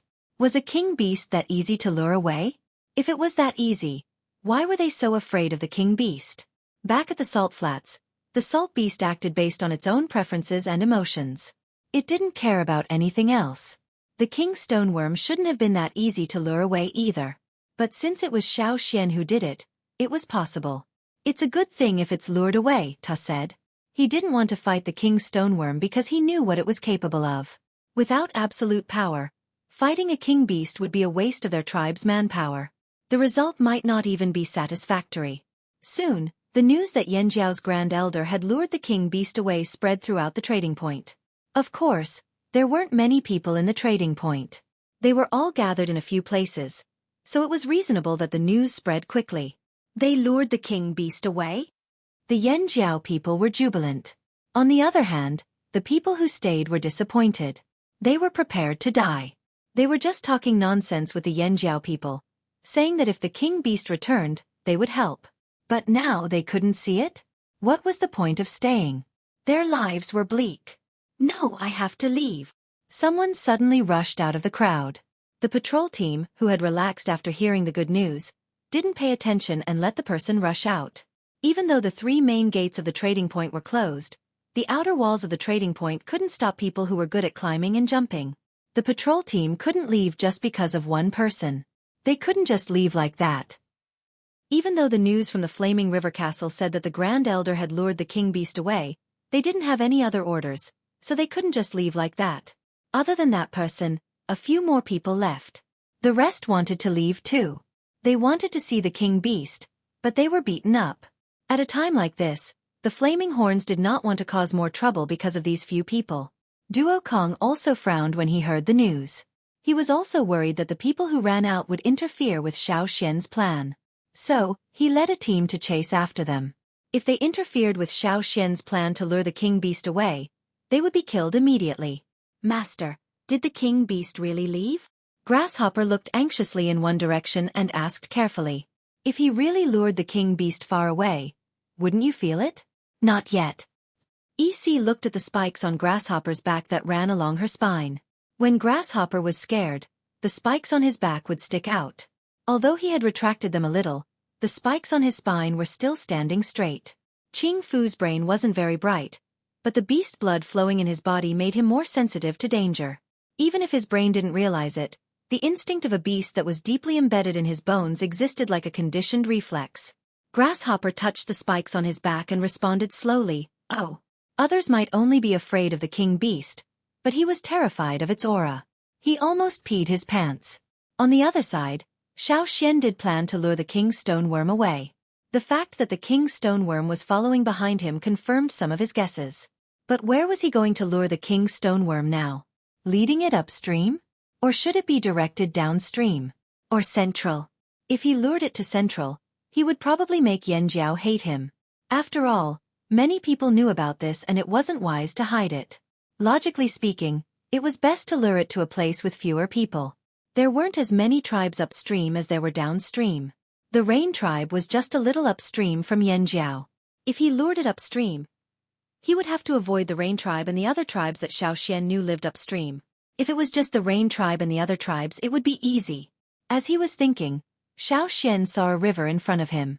This river was a branch of the Flaming River. It wasn't very big. During the driest times, he could see 2 large green rocks on the riverbed. But now, there was still a lot of water and the rocks were nowhere to be seen. Xiao Xian wanted to walk along the river, but after thinking about it, he gave up. Instead, he kicked down a tree that was as thick as 3 people and threw the trunk into the river. He gathered strength in his legs and his body shot out. When he landed on the surface of the water, he stepped on the tree trunk again and jumped to the other side of the river. This river wasn't very wide in this area. The riverbed was only about 10 meters wide. With Xiao Xian's ability and the help of the tree trunk, he could easily cross it. But the king stoneworm behind him couldn't do the same. Xiao Xian knew that it could easily crush rocks and trees. But what about the river? Should he cross it directly or burrow under the riverbed? After running for a while, Xiao Xian turned around and looked behind him. The king stoneworm had followed him to the riverside and stopped. It looked at the water, then raised its head slightly to look at Xueqi. It was probably thinking about how to cross the river. Xueqi didn't sense any big changes in the king stoneworm's emotions. Perhaps this little problem was nothing to it. Just as Xueqi was guessing how it was going to cross the river, the king stoneworm moved. It didn't burrow into the ground but continued to walk towards Xueqi, as if the river didn't exist. Crack, crack, crack. The sound of water freezing could be heard. Xueqi saw that as the king stoneworm approached, the water in the river froze as if it was frozen, spreading outwards from where it was closest to the king stoneworm. What was different from the frozen river was that the water in that area was the same as the forest, turning into a grayish-white color. The water had turned into stone. Without changing its wriggling posture, the king stoneworm continued to walk as if it was walking on flat ground. However, under the king stoneworm's body, as it moved forward, a stone path was laid out on the surface of the water. It was like a moving train with a track laid out in front of it. It only needed to keep moving forward. Taking a deep breath, Xueqi looked at the king stoneworm that was about to cross the river. He turned around and continued running. This time, he made a U-turn and returned to the riverside. Then, using the same method, he jumped over the river with the help of the tree trunk. The king stoneworm behind him also used the same method to cross the river, forming a stone path on the river surface. An idea suddenly popped into Xueqi's head. Thus, the group of people who were chasing after the king stared at Xueqi, who was originally running away from the flaming river, returning with the king beast. Chapter 683. What's going on? Why is he back again? What are they trying to do? The people who had come to see the king beast felt that it was better to turn around and run after seeing it. No one dared to go any closer. Even if they weren't in danger yet, they could feel the oppressive aura that made them tremble in fear. The petrified forest they saw along the way had really shocked them. Just one look was enough. They just wanted to keep a safe distance from the king beast. That was why when they saw the Yanjiao Grand Elder, who was said to have lured the king beast away, running back, they didn't have time to think and quickly ran away. As Xueqi ran back, he called Gigu over and said a few words to him. Then, he led the king beast in a circle, giving Gigu time to inform the people at the Flaming River Castle. Because Xueqi and Gigu were far away, the others didn't know what they were talking about or what they wanted to do. They only saw Xueqi running away with the king beast while Gigu ran back to the Flaming River Castle. Xueqi asked Gigu to inform the people at the Flaming River Castle that he was running with the king beast towards the Flaming River. They might be close to the Flaming River Castle for a while, so they should be prepared. They shouldn't release their fire seed's aura and try to hide it as much as possible. That way, the king beast wouldn't notice them. If the king beast didn't follow Xueqi and ran towards the Flaming River Castle, they should evacuate first. The Flaming River Castle could be rebuilt if it was destroyed, but it wasn't wise to fight the king beast. Moreover, Xueqi had been running with the king stoneworm for a long time. He had some understanding of the king stoneworm's strength. Although it wasn't complete, he was sure that this king stoneworm wasn't any weaker than the salt beast he saw on the other side of the sea. If the two were to fight together, the salt beast would be at a disadvantage. Even if Xueqi lured this giant beast away now, it wouldn't be a long-term solution. No one could guarantee when it would come back. The best way to solve the problem was to bring it back to its nest. According to Xueqi's guess, this king stoneworm had no sense of direction and couldn't find its way back. However, if things weren't as he thought and the king stoneworm didn't want to go back to its nest, then luring it to the forest filled with fearsome beasts was a good solution. It was better than leaving it at the Flaming River. After all, there were many tribes here and no one had the confidence to kill it directly. Hoping that several tribes would work together to fight the king stoneworm, he was afraid that not only would that not happen, but it would also make everyone blame the Flaming Horns tribe. Since the king stoneworm wasn't afraid of water, why not lure it to where it should stay? This was the conclusion Xueqi came to after careful consideration. Gigu conveyed Xueqi's message to the trading point. At the same time, he had the snow falcon bring a letter back to the headquarters. Both sides had to be prepared, just in case. Against a king beast, they had to be more prepared.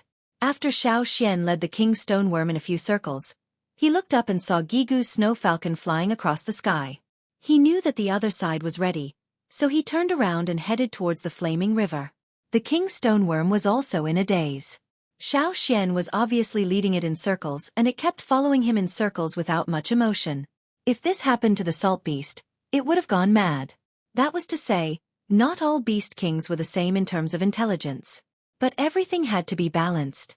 If a king beast didn't have a high IQ, then it must have a high innate talent. Just like EC's half-beast human slave, who didn't have a high IQ, he used his innate talent to make up for it. There was a reason why he was able to intimidate others. It was undeniable that this king stoneworm was freakishly strong. If it was left unchecked, it would definitely stir up chaos in every part of the continent. Inside the Flaming River Castle, after Gigu's announcement, Yanjiao's team leaders gathered and told them what to do next. Sensing the changes in Yanjiao's team, EC was puzzled. Even if he could calculate the probability of something happening based on many details and predict what would happen next, he had too little information. Even if he knew that Yanjiao had a plan, he couldn't figure out what it was. Just as he was thinking, EC suddenly heard a gurgling sound. He turned around and saw Grasshopper curled up into a ball. The gurgling sound came from his teeth chattering. EC looked at his back. Originally, only his spine still had thorns, but now several thorns were popping out. The thorns that had been retracted before were all coming out now. That was a clear indication of the Beast King's whereabouts. Didn't they lure the King Beast away? Why was it approaching again? Grasshopper wasn't the only one who sensed the King Beast's approach. The others in the Flaming River Castle also sensed the King Beast's presence. What's wrong? Is the King Beast here? The people who weren't allowed to leave looked forward expectantly.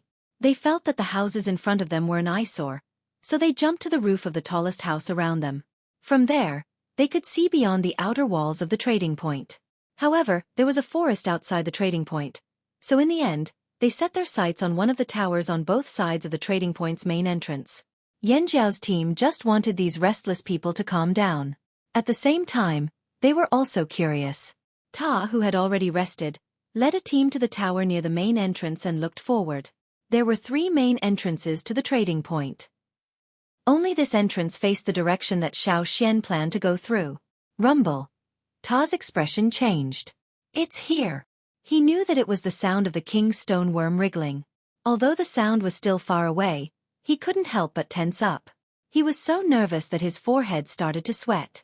When he came into close contact with the king's stoneworm, the feeling of petrification that even his totemic power couldn't resist, the helplessness of defeat, was still fresh in his mind. There was no way he could relax. With Ta's reminder, the others also became nervous. Even the people from the other tribes who had been clamoring to see the king beast were now silent. They stared unblinkingly in that direction, their fists clenched tightly. Their palms were sweaty. They heard the sound too. Just because they wanted to see the king beast didn't mean that they weren't afraid. Even if they were fearless before, they couldn't help but feel nervous now. The air seemed to be filled with the smell of stone powder. The forest was silent, as if all the creatures living in it had been strangled. The rumbling sound was getting closer and closer. Whether it was the people standing on the tower or the people standing on top of the Flaming River Castle, they could all see a gray-white line approaching from the forest in the distance. It was heading towards the Flaming River. Is that the king beast? Someone asked in a low voice. Even without the Yanjiao people's reminder, they didn't dare to make any noise. Even if they were still far away, they subconsciously lowered their voices as soon as they spoke. That's where the king's stoneworm is. Wherever it goes, everything will turn to stone, whether it's trees or people. Everything will turn to stone. Ta's tone was calm, but if you saw the expression in his eyes, you would know that he was looking in that direction with fear and caution. Hearing this, everyone sucked in a deep breath. Even if they weren't there, they could imagine what the Yanjiao people were talking about. Someone gulped and stammered. It's really powerful. Of course, a king beast. How can it not be powerful? The person next to him tried his best to put on a calm face, but his true feelings were exposed as soon as he spoke. As someone who rarely even saw fearsome beasts, one could imagine how shocked he was when he saw a king beast. But soon, everyone's attention shifted from the king beast to the Yanjiao people's goal. Didn't you say that you've lured it away? Why did you lure it back? EC asked. He was the calmest person among the non-Yanjiao people. Ta glanced at him. We have our reasons for doing this. He didn't want to say more. In fact, he wasn't sure either. Xiao Xian's plan was crazy. He wouldn't have thought of it even if he was beaten to death. But after thinking about it, it really was the best plan. Let's wait and see, Ta said dryly and didn't say anything else. Who was in the mood to talk now? Even though the king beast wasn't heading in their direction, it wasn't too far from the flaming river trading point. Everyone could even see the green forest turning into a grayish-white petrified forest. Those who didn't have a clear understanding of beast kings felt their knees go weak and cold sweat trickle down their backs. They opened their mouths several times, wanting to say something, but no words would come out. They could only stare at the beast kings with their eyes wide open. The muscles on their faces twitched, giving them a ferocious look. Rumble, the wriggling sound of the king's stoneworm was like thunder in everyone's hearts, again and again. Unknowingly, everyone in the trading point started breathing cautiously. They couldn't see Xueqi leading the king's stoneworm. They couldn't even see the king's stoneworm's figure in the petrified forest. But the grayish-white expanding in their field of vision left a deep impression on them. This was a king beast. Those who were clamoring to fight a king beast now felt that they were so naive and stupid. But no one mocked him at a time like this. Everyone's eyes followed the expanding grayish-white until the rumbling in their ears weakened. The king's stoneworm was already in front of them, heading towards the flaming river. Only then did they come back to their senses. You all stay here. I'll go take a look. Ta jumped down from the tower and ran towards the flaming river. The trading point was safe for now. He wanted to go take a look.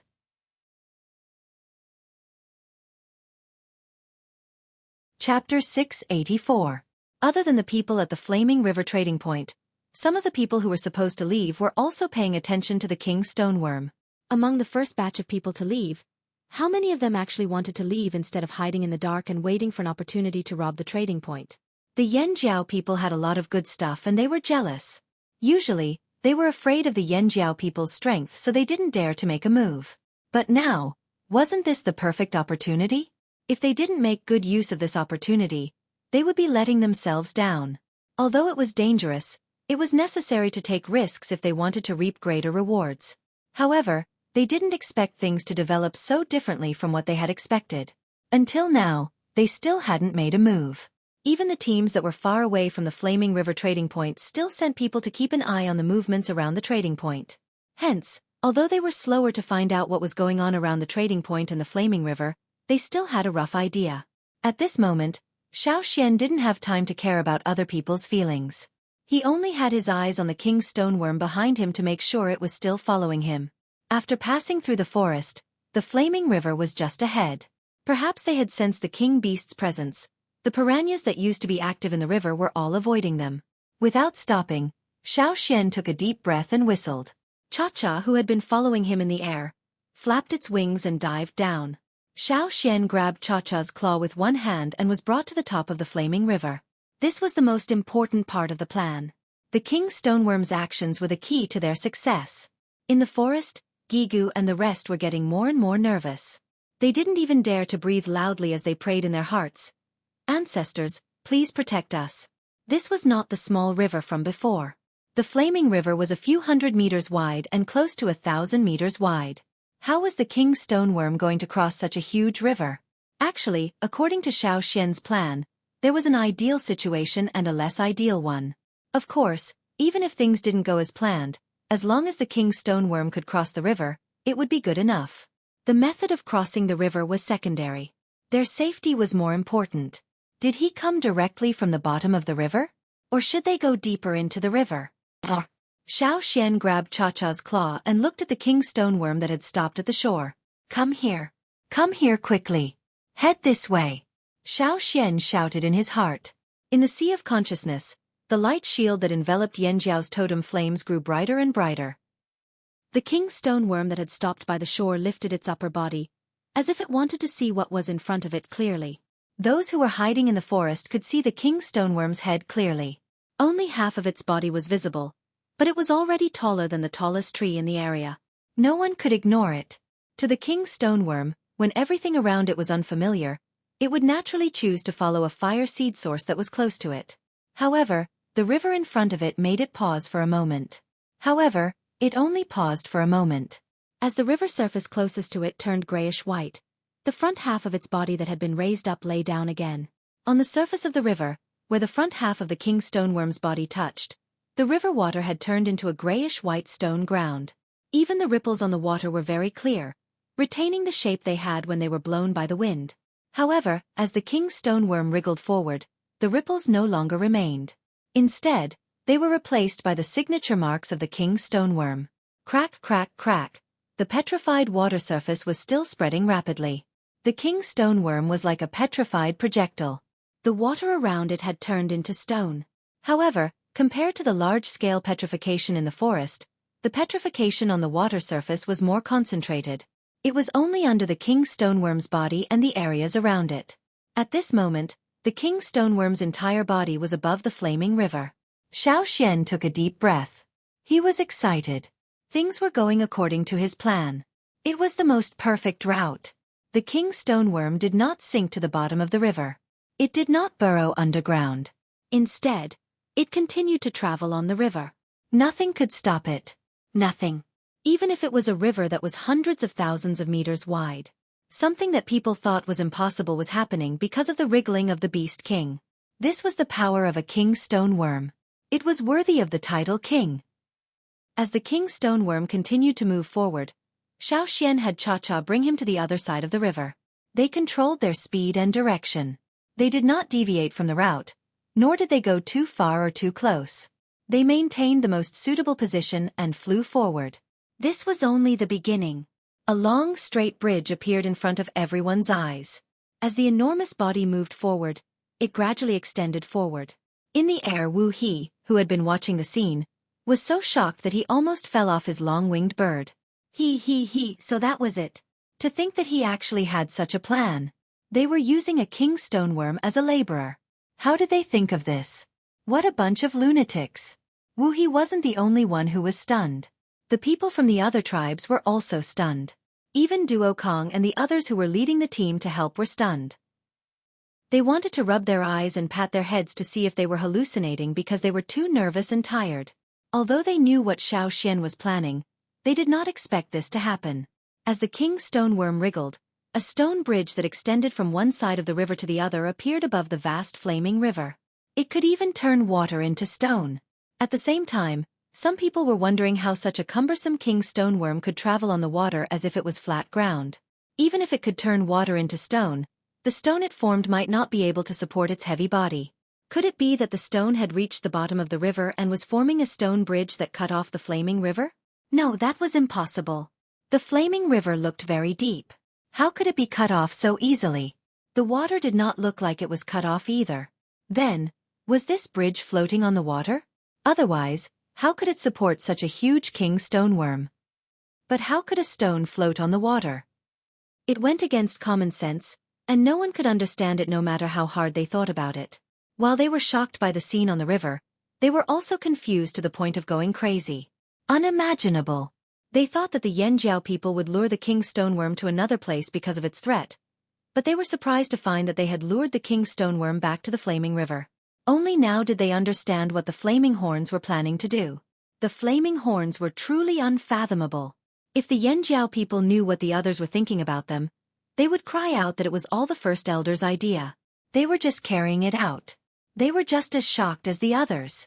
On the roof of the flaming river tower, Ao and a group of Yanjiao people were observing the king stoneworm's movements. However, as Xueqi lured the king stoneworm away, they could not see that far no matter how good their eyesight was. On the other side, Ao Zhang was using a telescope to observe the movements above the flaming river. From time to time, he would exclaim, "How can this be? How can this be?" So this was Xian's plan. The others scratched their ears and cheeks when they heard this. They stopped looking at flaming river and stared fixedly at Ao. They thought, "Elder Ao, why don't you say something and let us know what's going on over there? Why don't you show us the telescope?" Something unexpected must have happened for the former chief to be so shocked. It must have been far beyond everyone's imagination. Something strange must have happened. They wanted to rush over to the flaming river castle to see what was going on, but they had to stay here. After all, the trading point, especially the flaming river castle, had to be guarded to prevent people from taking the opportunity to steal. Unfortunately, Ao was too engrossed in his stare and did not notice the reactions of the others. He did not have the slightest intention of letting go of the telescope either. The stone walls on both sides of the king's stoneworm were more than 7 meters wide. Including the king's stoneworm's body, the stone bridge was more than 20 meters wide on average. If they wanted to build a long bridge over such a wide river, it would not be easy even if they had more advanced technology, let alone the current technology. But now, a long stone bridge without any piers was gradually taking shape. Not only that, the king's stoneworm was wriggling steadily across the river without any change in speed. Very good. This risk was worth it. Xueqi looked at the long gray-white bridge that spanned across the river. He suppressed his excitement and the urge to immediately test the sturdiness of this stone bridge. He let out a long sigh. There was no rush. It would not be too late to go back and test it after everything was over. Xueqi had made a few preparations. Now, things were progressing smoothly according to his expectations. It was the most perfect route. It was even better than what he had expected. Even Xueqi himself had underestimated this king stoneworm.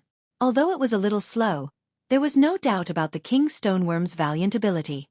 1/5, 1/3, 1/2, 2/3. This miraculous stone bridge was about to be completed. The people who were staring at the river stared until their eyes were dry. They could not bear to blink, afraid that they would miss an important moment. They were very glad that they had come along to witness the birth of such a miracle. The wind picked up and became stronger. It blew down from the upper reaches of the flaming river, causing waves to crash against the stone bridge behind the king's stoneworm. Boom! The waves splashed into splashes. However, no matter how hard the waves crashed, the stone bridge that looked like it was floating on the water did not move at all. It was as if it was proving to the world that it was sturdy.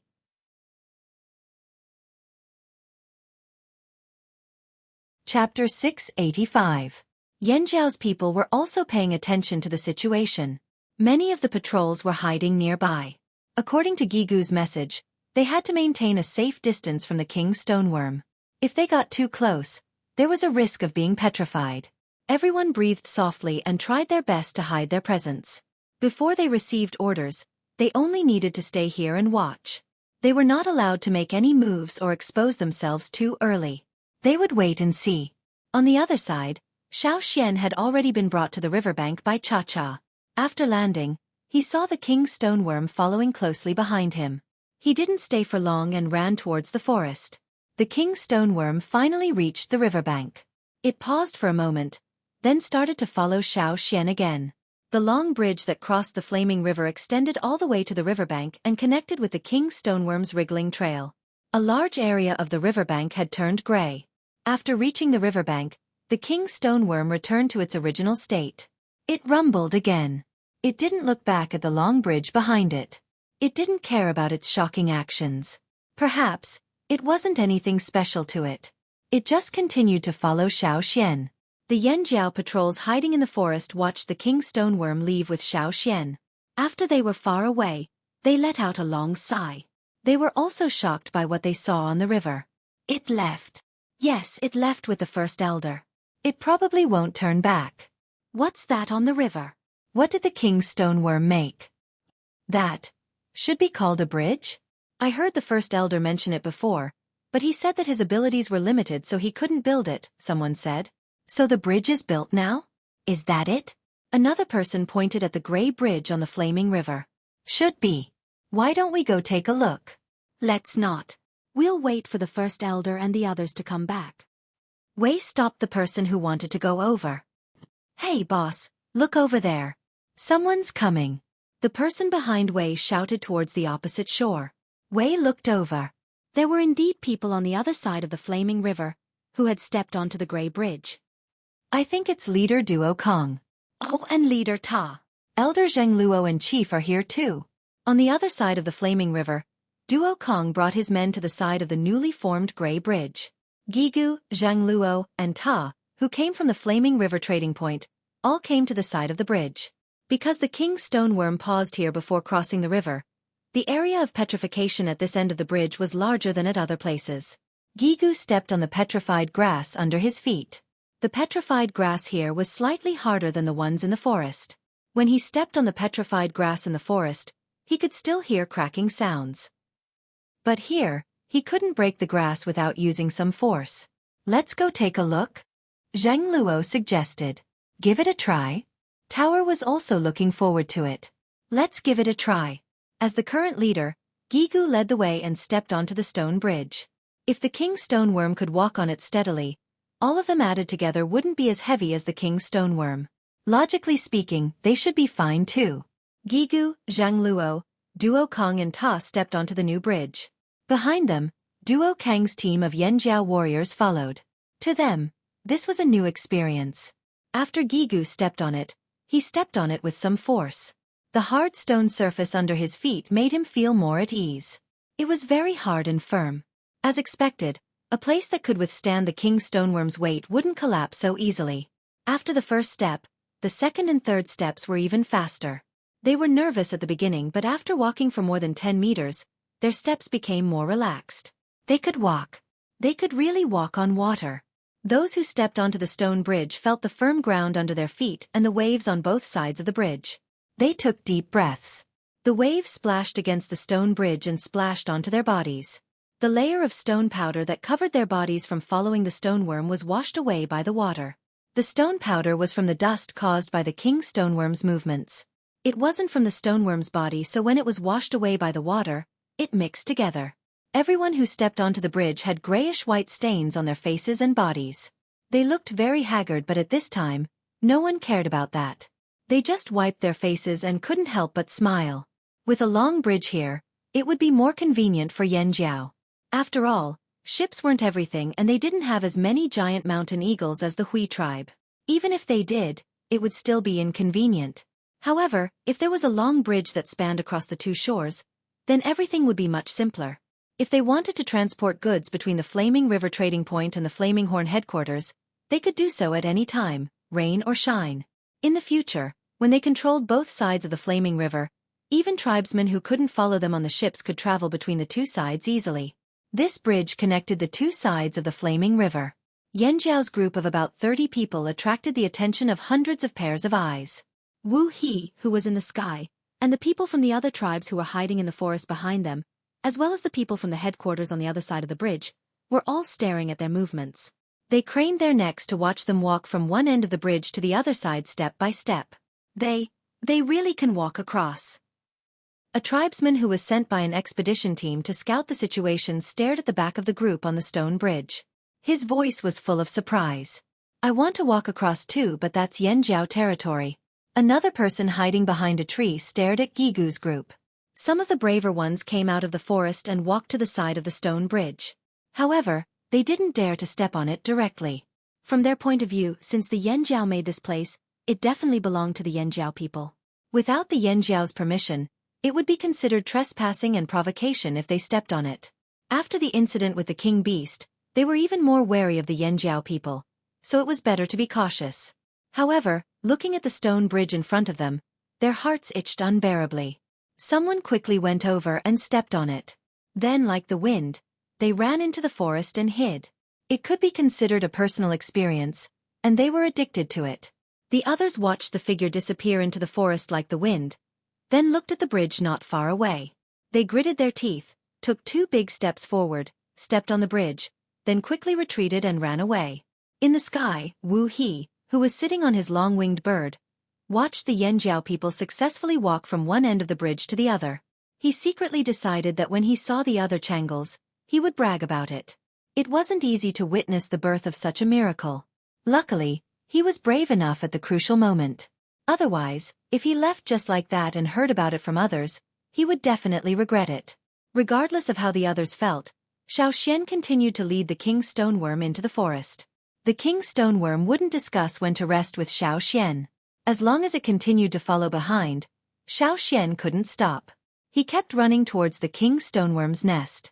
However, the king stoneworm had probably used up too much energy to cross the river.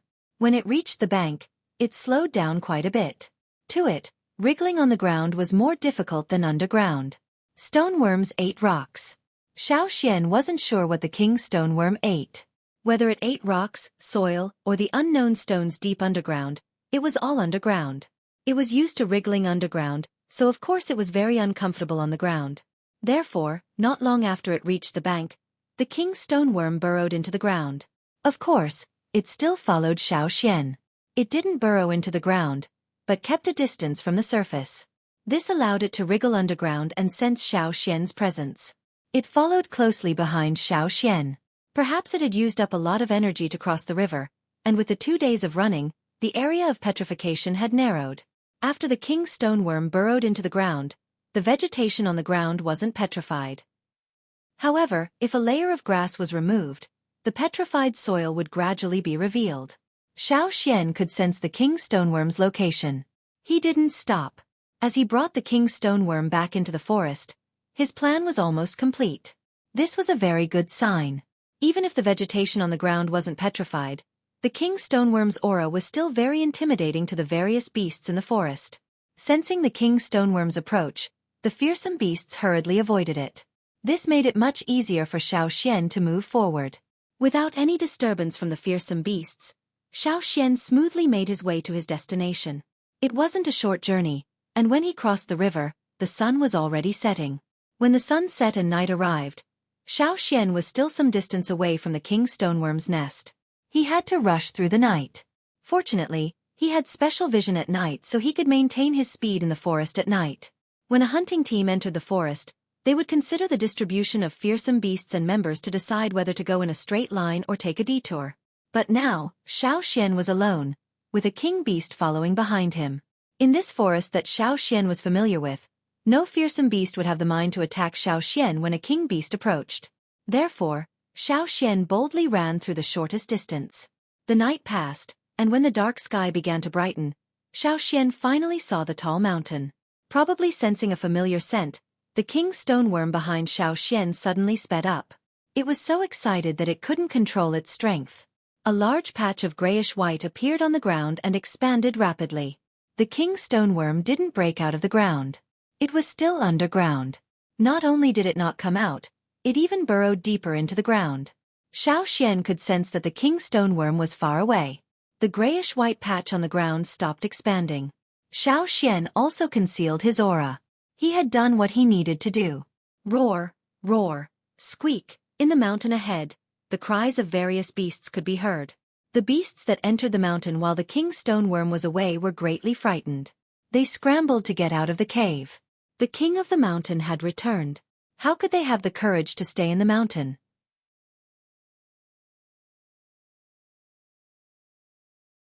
Chapter 686. Xiaoxian rested beside the king stoneworm's nest for about an hour. He hunted a fearsome beast and shared it with the Cha-Cha. Because the king stoneworm had just returned, all the other fearsome beasts in the area had fled. They wouldn't come near for a while, so Xiaoxian wouldn't have any trouble staying here.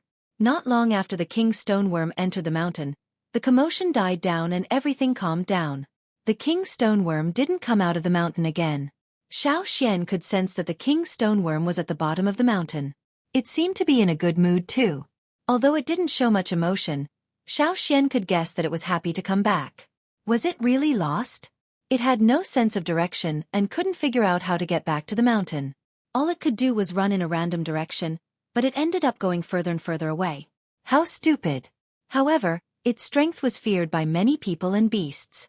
If Xiaoxian hadn't lured it back, it would probably have caused a lot of trouble in the mainland. It didn't care where you could petrify. It would stop wherever it wanted.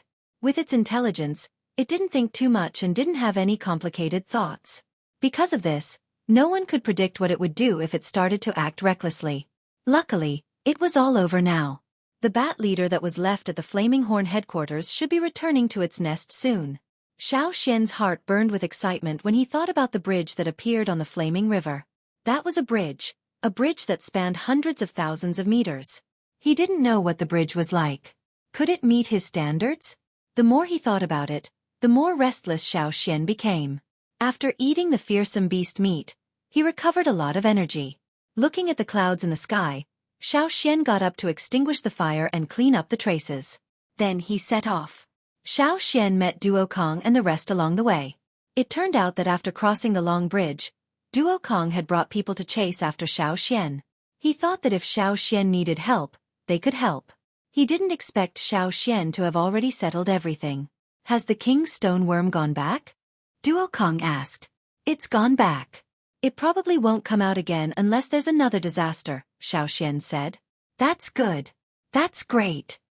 Duo Kong said a few words in a row. They really didn't want to fight against a king stoneworm. Also, the king stoneworm seemed to be more powerful than the salt beast they had seen before. The king stoneworm was so powerful that it could even turn water into stone. How could they fight against such a beast? Knowing that the beast kings wouldn't pose a threat to the tribe for the time being, everyone felt relieved. Duo Kong told Xueqi about what happened on the bridge. We can really walk. We all came from that, bridge. Yes, from that bridge. It's not like a wooden raft that sinks. It's stable. It's like walking on solid ground. Duo Kong looked excited. In his impression, the so-called bridge was mostly just a huge piece of wood, just like the tree trunk they used to cross the artificial river outside the tribe when they were on the other side of the sea. But now he saw a real bridge. Only then did he understand the meaning of the word bridge. So a bridge could look like this. So a bridge could cover such a long distance. This was a shock to his mind. When the disaster happened, the tribe came here from the connected wooden rafts. Xueqi had also mentioned the bridge. But at that time, everyone thought differently from Xueqi. They didn't think it was necessary and impossible. Now it had really happened. They didn't rely on manpower. They used the king stoneworm's power to complete it. When he thought about how this bridge belonged to his tribe, Duo Kong couldn't help but feel proud. Just like the other tribes, Duo Kong thought that since Xueqi was the reason for the formation of this bridge, it must belong to Yanjiao. He would fight anyone who wanted it. How could there be such a long bridge in the Central Plains? The slave masters on the other side of the sea always acted like they were superior. But did they have such a long bridge? No, none at all. Only Yanjiao had it. It was the only thing in the world. Didn't you see how many people are staring at it? They're still gathered at the bridge and won't leave. They say they want to walk on it. Duo Kang's smile almost reached his ears. Xueqi was also happy to hear this. Indeed, many people here would think of building a ship when they saw a river. Very few people would think of building a bridge directly. Plus, the flaming river was so wide that even fewer people would want to build a bridge. This time it was a success. However, they couldn't be too happy just yet. How long could the bridge last? Whether it could withstand the flaming river's current would require time to prove. When they returned to the tribe from the forest, they also brought back news that the king stoneworm had returned to the mountain. This meant that the king beast crisis was truly over. The flaming river trading point was in a state of jubilation. The people who had been guarding the trading point all this time were hoping that the people on duty would come and trade with them soon. Only then would they be able to personally see the legendary bridge made by the king beast. A miracle. It really is a miracle. EC stood in front of the stone bridge, carefully examining the miraculous bridge that had appeared here. Grasshopper's entire body was tense. The thorns on his back stood up. Even though the king beast had left, the bridge made by the king stoneworm still had the king beast's aura. It might not affect other people, but for Grasshopper, who had the bloodline of a fearsome beast, it was different. Just a little bit of the king beast's aura was enough to make him nervous. More and more people gathered around the stone bridge. It was only after Gigu sent people over to surround the area that they stopped their curiosity from going up the bridge. However, even if they couldn't go up the bridge, they could still see the Yanjiao team coming and going on the stone bridge. They had a rough idea of what this bridge was like. There were many dangerous elements in the flaming river. This was something that the expedition team had personally experienced. There were countless fish that were more ferocious than wild beasts. This was also why the Yanjiao people had always crossed the river by boat. The wooden rafts that Yanjiao used when they first came back had already been put away. As the apocalyptic day passed, all kinds of ferocious fish in the river became more active. It was no longer suitable for them to walk on the wooden rafts. Standing on the rafts would make it difficult to fight against the river beasts that jumped out of the water.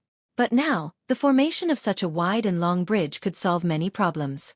This bridge was quickly given a name. Of course, it was named after the Crown River.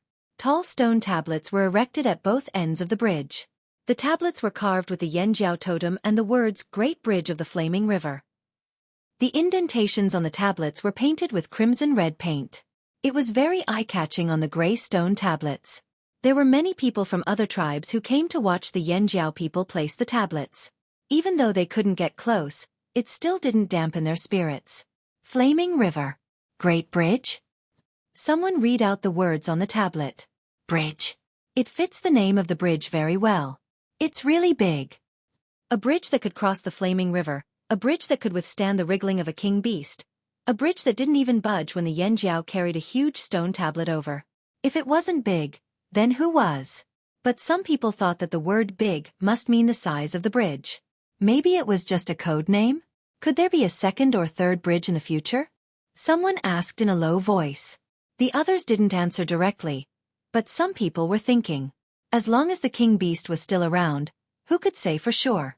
Xueqi came to the bridge to take a look. At the same time, he asked the drumming tribe to help him take a look underwater. Even though he could use his senses to sense the situation underwater, with the help of the drumming tribe, he could see more details. Below the bridge, the part that was petrified was in the shape of an inverted triangle. The deepest part was more than 20 meters deep. There were no piers. If it weren't for the fact that the two sides of the bridge were connected to the shore, it could even be said that the bridge was floating on water. Was a bridge like this really sturdy? They could only wait and see. After investigating the stone bridge, Xueqi thought of the small river that was petrified by the king stoneworm on the other side of the river.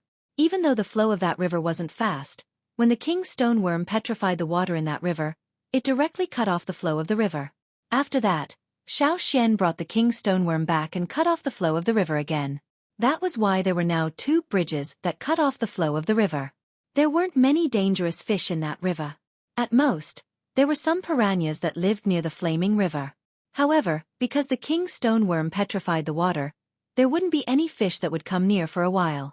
Xueqi ordered people to set up a net at the upstream and downstream of the two stone bridges to prevent fish from coming near. After that, some Yanjiao warriors and drumming tribesmen went into the water to dig holes in the two small bridges. They couldn't bear to touch the big bridge above the flaming river, but they were willing to work on the two small bridges above the river. Clang! The chisel only left a shallow dent on the bridge formed by the petrified water. It's so hard. Really? Let me try. Clang! It's true. This hardness is comparable to high-quality stone, right? Isn't this bridge made of water? Why is it so hard? You don't understand the strength of a king beast. Hurry up, let's dig a big hole here and use the stones to make stone tools. Yes. Hurry up.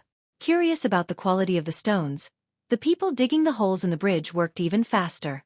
The chisels they used were made of new bronze, so it was easy to chisel. If they just wanted to clear the river, they didn't have to dig a hole. They could just dig another channel to go around the two bridges. However, the Yanjiao people wanted to study the stones, so they dug a bridge. It took some time to dig a hole. Halfway through, someone dug out a stone the size of a watermelon and weighed it in his hand. He said in surprise, "This stone is so light." Not far away, the travelers watching the Yanjiao people dig a hole snickered. Do you think we'll believe that? One of the Yanjiao people's lies. This stone is very light. Light my ass. Xueqi didn't stay there to watch them dig a hole. Duo Kong was guarding the bridge, so he didn't need to be there. Xueqi was called over by Ao to guard the 1,000-grain gold field at night. Since the king stoneworm had left, they wouldn't meet the bat leader at night, right? However, when night fell, the bat still came. Xueqi stared at the bat leader that appeared again and remained silent. Why aren't you leaving? Your little brother is waiting for you to come back.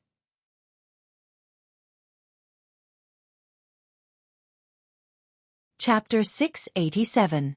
The king stoneworm had left, but the problem was no less troublesome than the king stoneworm. It remained in Yanjiao's fields. It did not destroy Yanjiao's things, nor did it come out to scare people. Every night, at a fixed time, it would appear silently and cut an ear of grain from the 1,000-grain gold's fields. It would then hang on the long and narrow leaf of the 1,000-grain gold, quietly watching the people guarding the fields. She didn't know how it managed to hang on to the leaf with its weight, but the leaf didn't even change the angle of its fall. What do we do? After the bat leader left, Ao wiped his forehead helplessly and asked Xueqi. Even after a few more times, he could not remain calm in front of the bat leader. Every time, he would be so nervous that he would break out in a cold sweat. Xueqi could feel the direction of the bat leader. When it stopped flying, although Xueqi could not determine where it was hiding, he could feel that it was not far from Yanjiao.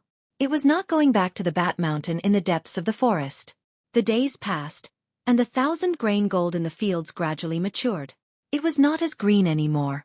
Maybe it was because the weather was good, or because it was well taken care of after the fertilizer was improved, or maybe it was because it was used to the soil here. All in all, compared to when it was on the other side of the sea, the 1,000-grain gold was maturing earlier. Based on the current trend, the 1,000-grain gold would mature in about 10 days. Hearing Ao's question, Xian thought for a moment and said, "As long as it doesn't cause trouble for Yanjiao. You should have noticed that after it came here every day, there were fewer pests in the fields. In the fields, there were more grains that were about to mature at this time of the year. The more this time of year, the more insects there would be. Many strange flying insects would fly out of the forest, or insects that would come out of the ground to nibble on leaves or fruits. There were also insects that came from the forest after smelling the scent. The people guarding the fields had to get rid of many insects every day. The edible ones were all supplied to the trading point. The people at Yanjiao headquarters were tired of eating roasted insects. The green ducks also had a limited appetite, so they could not get rid of all the insects. As for those that couldn't be eaten, they would be kept as fertilizer. It was fine during the day, at least they could see and clean it up easily. However, it was much more troublesome at night. The local crops were about to ripen, and for those insects, the temptation of food was greater than their natural inclination towards light. The effect of the bug trap of the water moonstone was quite limited. But after the bat leader appeared, almost no flying insects appeared at night, and the field was quite quiet. This kind of phenomenon appeared in some of the fields not far from the 1,000-grain gold. It saved everyone a lot of work. No one could tell whether the appearance of the bat leader was a blessing or a curse. Of course, it didn't mean that bat leader was here to help Yanjiao get rid of the insects. Xian felt that it was waiting for the 1,000-grain gold to mature. Many animals didn't need anyone to teach them. They were born with the ability to sense things that were beneficial to them. Now, the bat leader was staring at the 1,000-grain gold because it felt that the 1,000-grain gold would be beneficial to it. In this special field in Yanjiao, other than the 1,000-grain gold, there were also some seeds from Jeju. Some of them were good grains, but bat leader didn't appear in those fields. It only stared at the 1,000-grain gold.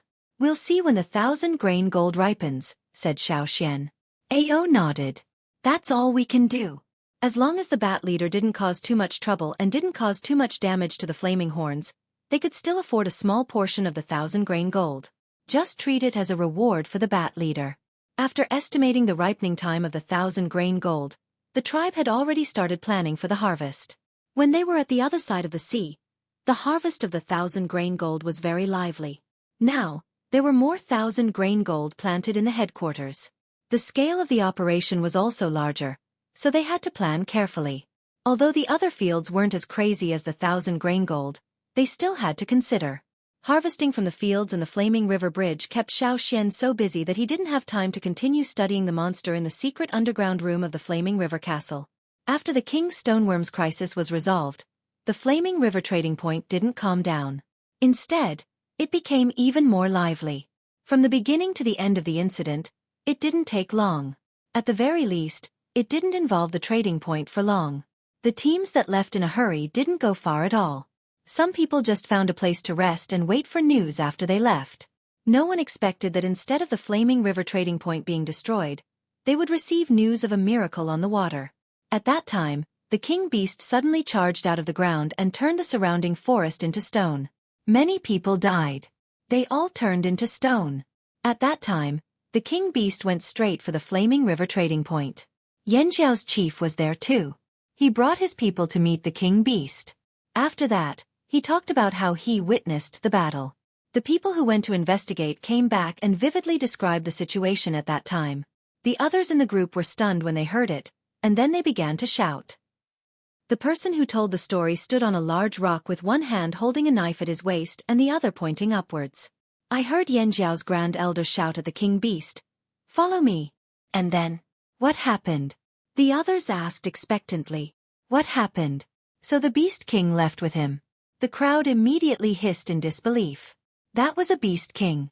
How could it follow someone so obediently? They didn't believe it anyway. The person standing on the rock looked around. Seeing that no one believed him, he became anxious.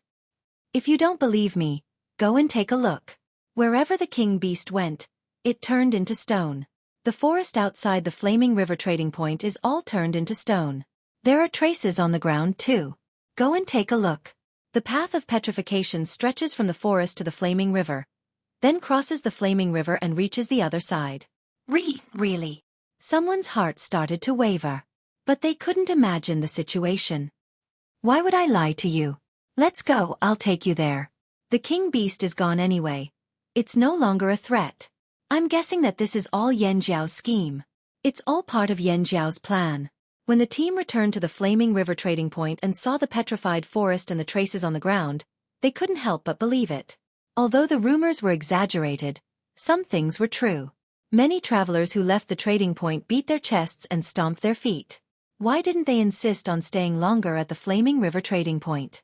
As a travel team, especially those with rich experience, they were curious about many things, especially those shocking things. But they missed it this time. But even if they missed the chance to see the king beast, seeing the traces left behind by the king beast would still make them feel better. Hence, no matter if it was the area the Flaming Horn tribe marked as their territory, or the long bridge that spanned across the flaming river, travelers all stopped to look at it. And those who left also brought the news to all parts of the mainland. Yan Zhao became popular again. Not only was it popular, it was even more popular than the last time the Flaming River Trading Point was built. The names Yan Zhao, Flaming River Trading Point, and Flaming River Bridge were spread everywhere. Now, in all the other trading points on the mainland, as long as there were travel teams, large or small trading points or resting areas, there were people talking about the Flaming River Bridge that Yan Zhao used the king beast to build. There were many trading points in the Flaming River. Many people weren't interested in the Flaming River's trading point and didn't want to travel all the way to see it. However, the king beast had built a long stone bridge that spanned the entire river. This piqued many people's curiosity and they formed groups to go to the Flaming River. Whether it was the suspicion of the Flaming Horn tribe's king beast or the curiosity of the king beast's bridge, many teams were attracted to the Flaming River trading point. Whether it was to find out the truth or to see a miracle, more and more people gathered. Humans tended to follow the crowd. Even if people from smaller tribes were cautious about the king beast's visit, they would still want to join in the fun when there were so many people around.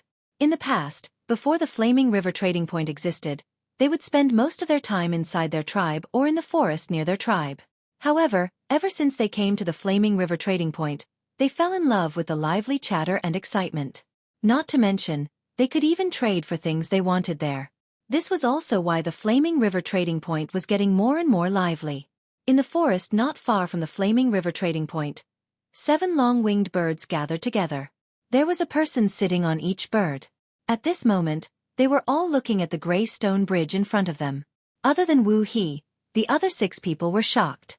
Too bad you didn't see what happened. What a pity. Wu He looked at his companions who had just arrived at the Flaming River trading point with a sorrowful expression. He almost said, "You're all Chonglis for nothing." Someone's eyebrows twitched. They wanted to mock Wu He, but it was a pity that they couldn't witness the magnificent feat of building a bridge with their own eyes. That was one of the biggest regrets in life.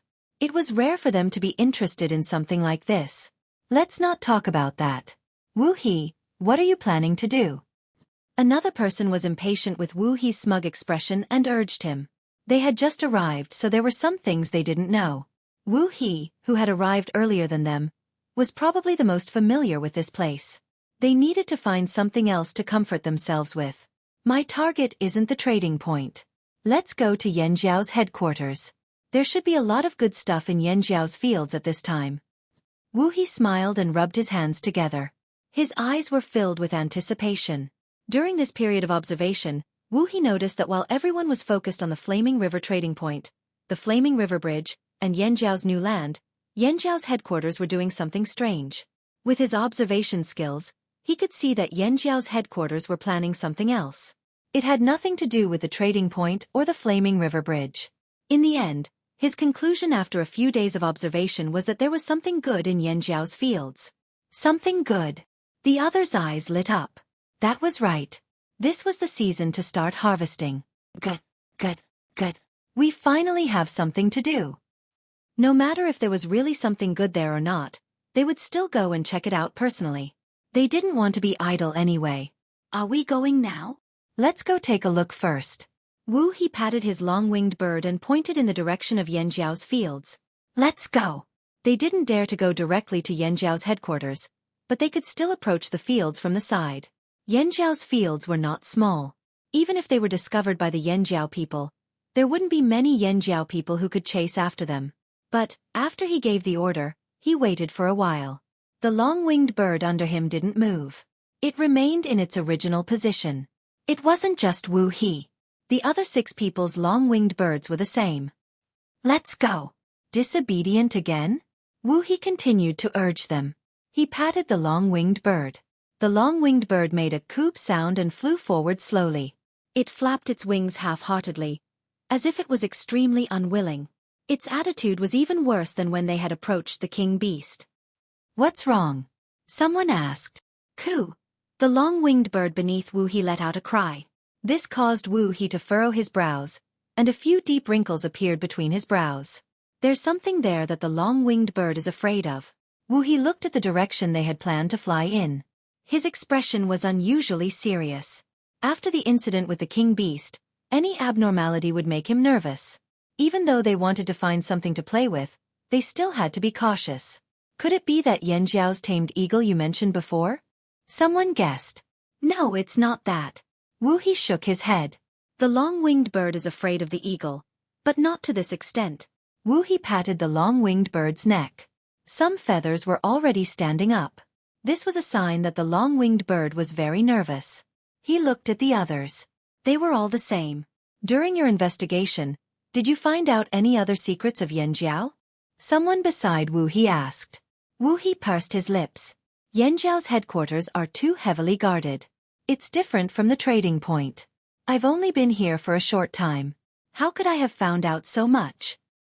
"Could it be that king beast?" someone else asked. "Not likely." Wu He shook his head. After a moment of silence, someone laughed. "Then we should go and take a look." As soon as this was said, everyone, including Wu He, laughed as well. The Chonglis were very curious. The more they didn't know something, the more curious they were. If they didn't find out, they wouldn't even be able to sleep peacefully. The long-winged bird's behavior didn't make them give up on their plan. Instead, it made them even more excited. Especially the 6 people who came later. They thought to themselves, even if we didn't see the king beast, maybe we'll find something interesting. It would be best if we could uncover some of Yanjiao's secrets and sell them to other tribes at a high price. They were very happy with this thought.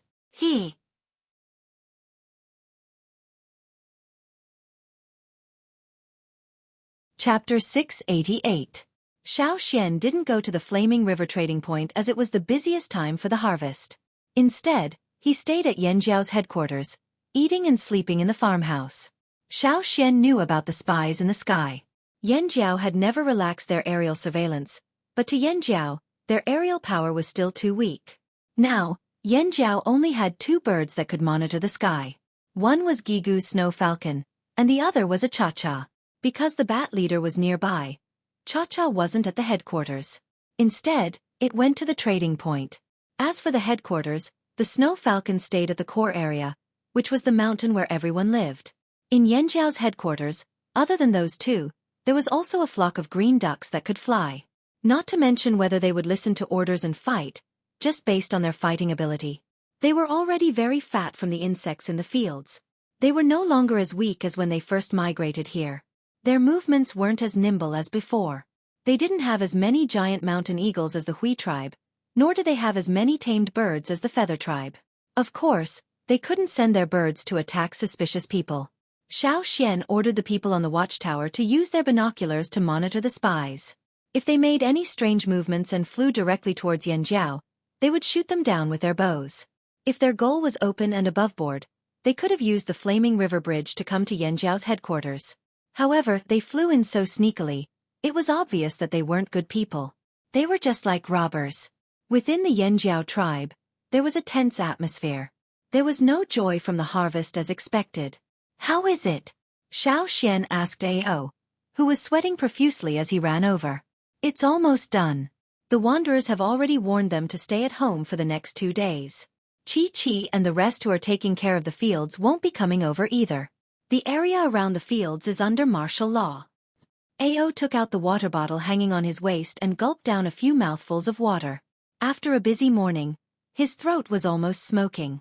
As the 1,000-grain gold ripened, the Flaming Horn tribesmen, who had set their sights on this plot of land, suddenly noticed that the crops in the other plots of land were also ripening these past 2 days. Those were all crop seeds brought back from the other side of the sea. It was also the first time they had planted them. They didn't know if there would be other unforeseen events if they didn't harvest them in time. This was because some crops had an optimal harvest time. After that time, the quality of the fruits would severely decline. Yanjiao still didn't have enough manpower. They needed people at the trading point, and they also needed people here. Especially when the peak harvest season was coming, they would be even busier. But this year's situation was special. They didn't dare to let those young warriors who weren't strong come over to the fields.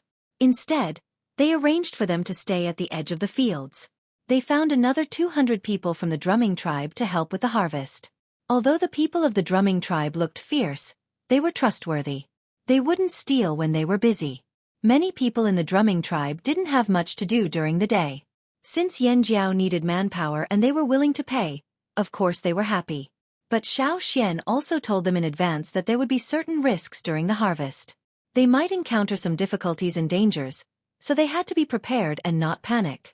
The people of the drumming tribe weren't afraid of dangers. In the past, when they harvested water moonstones, they would also encounter dangers. That was why the drumming tribe's chief, Fan Mu, and the others didn't care.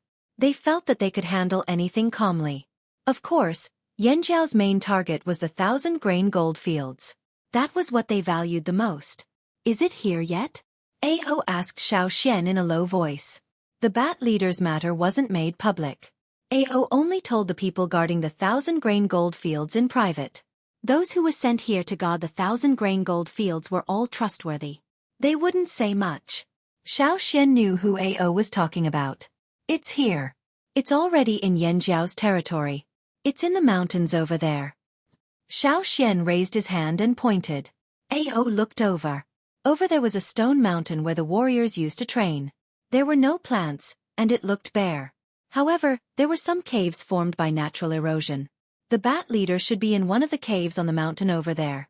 Now the warriors had many tasks every day. They didn't have time to practice hitting stones in the mountains. The smell of humans was almost gone.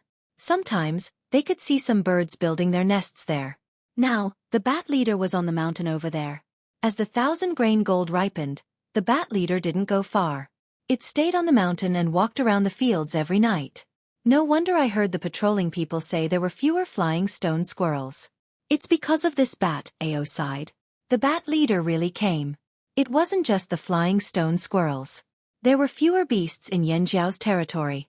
Although there weren't many beasts in Yanjiao's territory, there were still a few mountains. There were many flying stone squirrels and other small beasts in the mountains where the wanderers lived. They would steal things from time to time and fight with the wanderers. But recently, there were fewer of them. Even if they weren't natural enemies, the pressure of a high-level beast would still affect them. Even the few beasts in the tribe were only on the mountain where they lived. They weren't close to the fields. The wanderers were told to stay at home for 2 days. They wondered if Yanjiao was guarding against them and preventing them from stealing grains. Some of them muttered unhappily. But soon, they found that it wasn't just the wanderers who lived in Yanjiao. Even the Yanjiao people who took care of the fields were taken away. Other than the murderous Yanjiao warriors, it was hard to see anyone else. "I just saw Yanjiao's patrolling team pass by. They looked serious, as if they were preparing to go to war." A person who had just gone out to pee returned to the cave and discussed with the others. "Something must have happened. Isn't it for the grains?" An old man didn't understand. "Definitely not. Which tribe would look like that when they're harvesting grains?" "They're all like rocks," the young man said. Thinking about it, the Yanjiao people were indeed too serious recently. They didn't even smile much. Could it be a king beast? The woman who was tanning the animal's skin was so scared that her hands trembled. "No, it can't be, right?" At this moment, everyone was unsure. After all, this place was similar to the fearsome beast forest. It was even more dangerous. At least when they were in the fearsome beast forest, they didn't encounter a king beast. Besides, why couldn't there be another beast king after the first one had come? It shouldn't be. If it was, the Yanjiao people would definitely let the children in the tribe hide first. But as far as I know, the Yanjiao people didn't do that. They just put the farmland under martial law, A middle-aged man who looked quite steady said while tapping his fingers. As they were talking, they suddenly heard footsteps coming from outside. The people in the cave were instantly silent. "2, what's the hurry?" The middle-aged man who looked steady hurriedly got up and greeted him. The person who came was He. He had a good relationship with Jiao Wu and the others in Yanjiao.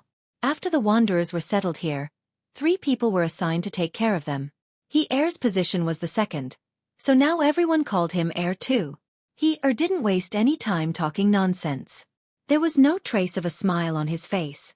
He warned, "We just received news that the Flaming Horns asked us to listen for any movements. If we hear 2 hurried wooden whistles, we have to close the cave door." The middle-aged man handed a bowl of warm meat soup to He and asked in a low voice, "2, what happened? We don't feel safe. You know, the king beast incident just passed." He didn't argue. He took the bowl and drank it in big gulps. He was tired of going from house to house to inform people. After drinking, his expression softened. He thought for a while and said, "I don't know what happened, but it's definitely not a king beast. As for the notice just now, it was sent by the Grand Elder of Yanjiao, Xian. When they heard that it was Xian's order, everyone's expression changed. Who was Xian? He was the only Grand Elder in Yanjiao. His status was higher than the Yanjiao chief and shaman. He was the founder of the Flaming River Trading Point. Even the Flaming River Bridge was built by him. How could he lie? The people who were complaining at first didn't have any thoughts now. They just had to do as they were told. The Grand Elder was definitely right. "All right, seal the windows too. Just leave some small holes for ventilation. Don't open the door no matter what you hear, unless you hear the whistle again," He reminded them again before leaving. "Okay," the middle-aged man quickly replied. After He left, he went to the next house to inform. There were many caves in the mountains and many tourists lived there. He had to finish his job quickly. Although the people in the caves still didn't know what was going on, they still made preparations according to the notice. The Yanjiao tribe's mountain was also full of preparations. Old Ku even set up many traps in front of the house. "I heard that many birds will come. Let's make sure they don't return." Caesar helped from the side, but he still looked in the direction of the bat leader from time to time. His eyes were full of vigilance. Very quickly, another 2 days passed. Early in the morning, Xian informed Ao and the others, "Get ready. The 1,000-grain gold will ripen today. It should be around noon." Suddenly, the atmosphere in the Yanjiao tribe became more solemn. Xian stood next to the 1,000-grain gold, looking at the golden plants. This time, the 1,000-grain gold plants were taller than the ones on the other side of the sea. There were more grains on each plant. The heavy grains swayed slightly in the wind, shining with a golden light. A wooden stick stood on the ground, its shadow getting shorter and shorter. In the distance, some birds flew over from the forest. As the 1,000-grain gold plants ripened, there were fewer insects. Many of their natural enemies had come. Some birds were omnivores. They ate grains and insects. They definitely didn't have anything to do with the insects. If there were only 2 or 3 birds, there was no need to panic. But what if there was a large flock? Xian whistled. 2 hurried whistles sounded. The people who heard the signal reacted immediately. The wanderers who had been told to stay in the house quietly heard the flapping of wings outside. Some people curiously looked out of the closed wooden door.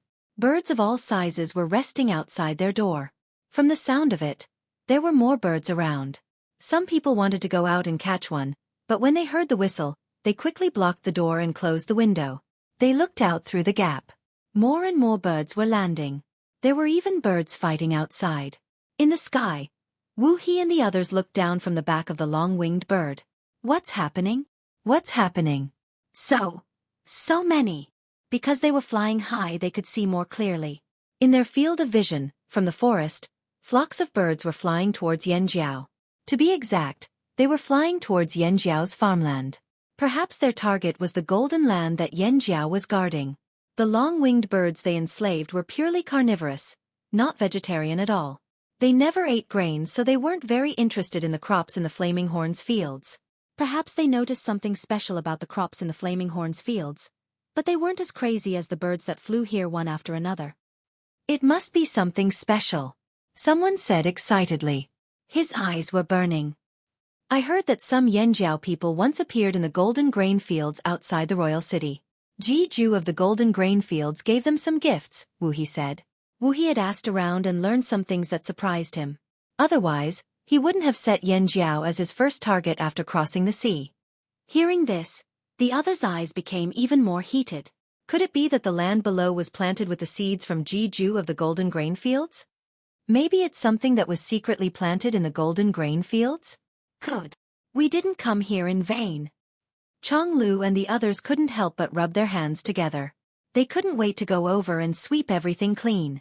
What kind of place was the golden grain fields? It was the land of the famous Ji-ju. The grains that were produced there were important to the nobles of the royal city. The guards there were carefully selected. They weren't ordinary guards in the royal city. Among the fields outside the royal city, the golden grain fields were the most difficult to enter. If you tried to force your way in or sneak in, it was very likely that you wouldn't be able to leave. Not even a complete corpse would be left behind. Everything would be turned into fertilizer. But Yanjiao was different. It definitely wasn't as heavily guarded as the golden grain fields. Opportunity. Ha ha ha, I didn't expect such a harvest this time. Do you see those flocks of birds? Wu He pointed at the birds that were approaching the Yanjiao tribe. He said to the others, "Let's take advantage of the moment when those birds are causing trouble for Yanjiao." Do we need you to tell us that? With those birds around, they could reduce their presence and take advantage of the opportunity to harvest more. However, unlike the Chonglis, the 7 long-winged birds were all nervous. When they looked at the flocks of birds flying towards Yanjiao, their eyes were filled with pity. Xiao Xian stared intently at the 1,000 grain fields in front of him. There were soldiers holding sickles and other harvesting tools at every corner of the fields. They were waiting for Xiao Xian to give the order to start harvesting.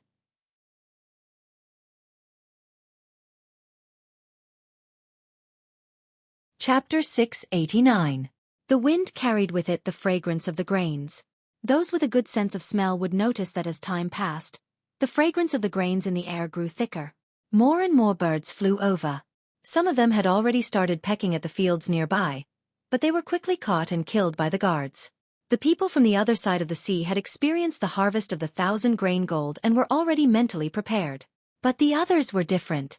Although they had been told a few days ago about the possibility of this happening, it was not as intense as witnessing it with their own eyes. Especially the drumming tribesmen who came to help. They were still puzzled. It was just harvesting grains. Was there a need to mobilize so many people? Now, as they looked at the dense flock of birds gathering around them, they felt their scalps twitch. Thank goodness we didn't farm. The drumming tribesmen all thought at the same time. Whether it was the wanderers hiding in the caves or the Yanjiao tribesmen on the mountain, they all saw the birds flapping their wings outside the house. Although most of them were not fearsome beasts, there were too many of them. They were everywhere outside. Old Ke heard the sounds of the traps he set outside, accompanied by the chirping of the birds. Caesar and the other fearsome beasts were busy at the top and bottom of the mountain. Soon, their mouths were full of bird feathers. But the strange thing was, the flock of birds only flew around the edges of the fields. They did not come close to the center of the 1,000 grain gold field. This scene was especially obvious when looking down from the sky. Why don't the birds fly over there? Wu He looked at the situation below and asked his 6 companions. They know that it's the most dangerous place. After all, the Yanjiao tribesmen guarding there are the strongest in the fields. I heard that the Yanjiao tribesmen often hunt fearsome beasts. They must have a strong killing intent. Maybe the birds have sensed it too, one of them guessed. No, I feel that there must be something there that can make those birds afraid. Another person expressed his different opinion. Something dangerous? The first person sneered. Are you talking about a king beast? If there was a king beast there wouldn't be so many Yanjiao tribesmen. It can't be a king beast. Wu He agreed. He had personally experienced the king beast incident and knew that the rumors were not as exaggerated as they seemed. The Yanjiao tribesmen would not send so many people to guard a place where a king beast appeared. Then what could be the reason? The others did not understand. Maybe the Yanjiao tribesmen made some medicine to repel the birds, someone suddenly said. The others paused. Thinking about it this way, it was really possible. Speaking of which, none of the fearsome beasts that the Yanjiao tamed are here. Wu He scanned the area again. He found out that the giant mountain eagle that chased after them only flew between the forest and the trading point. At most, it went to the mountain in the core residential area of the Flaming Horn tribe. It didn't fly to the Flaming Horn's farmlands even once. That has to be it. Thinking about it this way, the others felt that this should be the closest to the truth. They knew that in the fields of some slave owners, there were times when they would use some medicine to expel pests and birds, but those prescriptions had always been in the hands of very few people and would not be easily spread out. If the Yanjiao tribe could get the seeds from Jeju, then perhaps they also had the medicine to repel the insects? No wonder the long-winged birds don't want to go near that place. Wu He nodded. He agreed with that guess. Fortunately, the long-winged birds were their beast slaves. Even if they were unwilling, they would do as they were told. They just had to be careful when the time came. The medicine was only effective against insects, so it shouldn't have much of an effect on humans. Come, take some medicine first. One person took out a small wooden bottle from the cloth bag he carried with him. After opening it, he distributed the pills to the others. These pills were not specific to any particular medicine, but they could serve as a buffer. Even if they were poisoned, as long as they were treated in time, they would be fine. They were just going to steal a handful of grains. They weren't going to eat poison, so they would be fine. Quick, get ready. I feel that the Yanjiao people are about to make a move. Wu He said. When the others heard this, they quickly gathered their thoughts and focused on what was happening below. In the 1,000-grain gold field, Xueqi quickly glanced to the left. It looked peaceful, but no one dared to go near it. There wasn't even a flying insect. There was a big bat there. It had been resting on the mountain 2 days ago, but since last night, the bat leader had been in the field. Even during the day, which it hated, it didn't leave the field. However, it no longer hung on the tallest leaves. Instead, it was hanging on the lower leaves of the 1,000-grain gold plants. Because every 1,000-grain gold plant was very big, the leaves on the top spread out. Even if they were long and narrow, when there were so many of them, they could cover some of Yangguang's vision. The bat leader hung in the shadows. If one didn't see it resting there with their own eyes, as long as they didn't look in that direction, it would be hard to notice its presence. At least, the guards outside the 1,000-grain gold field didn't notice anything strange. Patter, patter. On the heavy grain ears, grape-sized grains of the 1,000-grain gold swayed and collided with each other. The grains didn't have any obvious changes on the outside, but on the inside, they were slowly maturing. Xueqi's eyes flashed. He suddenly blew the wooden whistle in his mouth. The slightly long whistle wasn't loud. Instead, it sounded calm. But after this whistle, the air seemed to tighten. The atmosphere became tense and stagnant. This was the whistle for everyone to get ready. Whoosh! A sharp and hurried whistle followed. It was like the sound of a starting gun. The people who were waiting in all directions instantly shot out like arrows leaving the bow, heading straight for the valley that had been allocated beforehand. This was indeed more like a battle where every second mattered. The scythe made of animal bones easily cut through the tall stalks of 1,000-grain gold. The people behind him quickly collected the 1,000-grain gold and put them into large bags made of animal skin. Because there were too many 1,000-grain gold planted this time, the survival rate was much higher than the first time. Therefore, they didn't have time to cut the grains individually. They cut them all together. After they were done, they would find a place to deal with them. Otherwise, the surrounding birds would cause a lot of trouble. Everyone's assigned area and route had been planned beforehand. They wouldn't bump into each other while cutting, and they wouldn't take the same route. They would try their best to save as much time as possible. Except for one place. Xueqi didn't let anyone near the bat leader's area. That was the biggest variable. As long as they didn't provoke it, the harvest could be completed smoothly. If someone accidentally went over and provoked the bat leader, it would be more troublesome than being attacked by a flock of birds. At the same time, the surrounding flocks of birds that didn't dare to come near seemed to be fighting for their lives. They screeched and rushed over. Looking down from the sky, they could see a flock of birds forming an encirclement. They were closing in on Yanjiao's most heavily guarded field. This is our chance. Wu He and the others were excited. The blood in their bodies seemed to boil. Under the insistence of Wu He and the others, the long-winged bird could only reluctantly make a coo sound and then slowly fly towards that direction. As the flock of birds neared, the bat leader, hidden in the shadows of the 1,000-grain gold valley, opened its blood-red eyes. Whoosh! The wings wrapped around its body spread open. There was a slight sound of wind. In such a noisy environment, the sound of the wind didn't even cause a ripple. No one would hear it. But the moment it spread its wings, the flock of birds that were closing in on it suddenly stopped. It was as if someone had pressed the pause button. A strong murderous aura came out of the 1,000-grain gold, especially in the air. The aura was directed at the birds that were flying close to it. The Yanjiao warriors who were busy harvesting the 1,000-grain gold valley were shocked by this sudden aura. The scythes in their hands almost fell out of their hands. A beast. After hunting for so many times, they could naturally tell whether it was a human or a beast. No, this wasn't a normal beast. This was much stronger than the beasts they had seen before. The air was thick with the smell of blood. There wasn't a drop of blood in sight, nor was there any smell of blood. But it felt like they were in a bloody fog. At this moment, all the shouts, arrows, horns, bones, metal, and birdsong seemed to have been frightened and came to an abrupt end. Hiss! The sound was like the sound of air rushing past. It wasn't loud, but everyone in the field heard it. This voice made everyone's hair stand on end. It was as if there was a bloody fong that was ready to move, a massacre about to happen. Under the noontime Yangguang, the field seemed to be cut off from Yangguang. They couldn't feel the slightest bit of warmth. There was only a chill that made them shiver, and their teeth chattered. In the air, Wu He and the others were still far away, but they could feel the strange aura. Wu He shuddered and almost fell off his long-winged bird. Not only the 7 of them, but the 7 long-winged birds also stopped flying forward like the other birds. If it weren't for their masters wanting to go over, they would have retreated a long time ago. The rhythm of their flapping wings also became chaotic, so much so that they rose and fell, almost causing the frightened people to fall off their backs. "WWW, what is that?" One of them stuttered. They had been through a lot. Even if they didn't have the ability to distinguish auras like the Yanjiao, they could still sense that there was a dangerous creature there. They just didn't know if it was a human or a beast.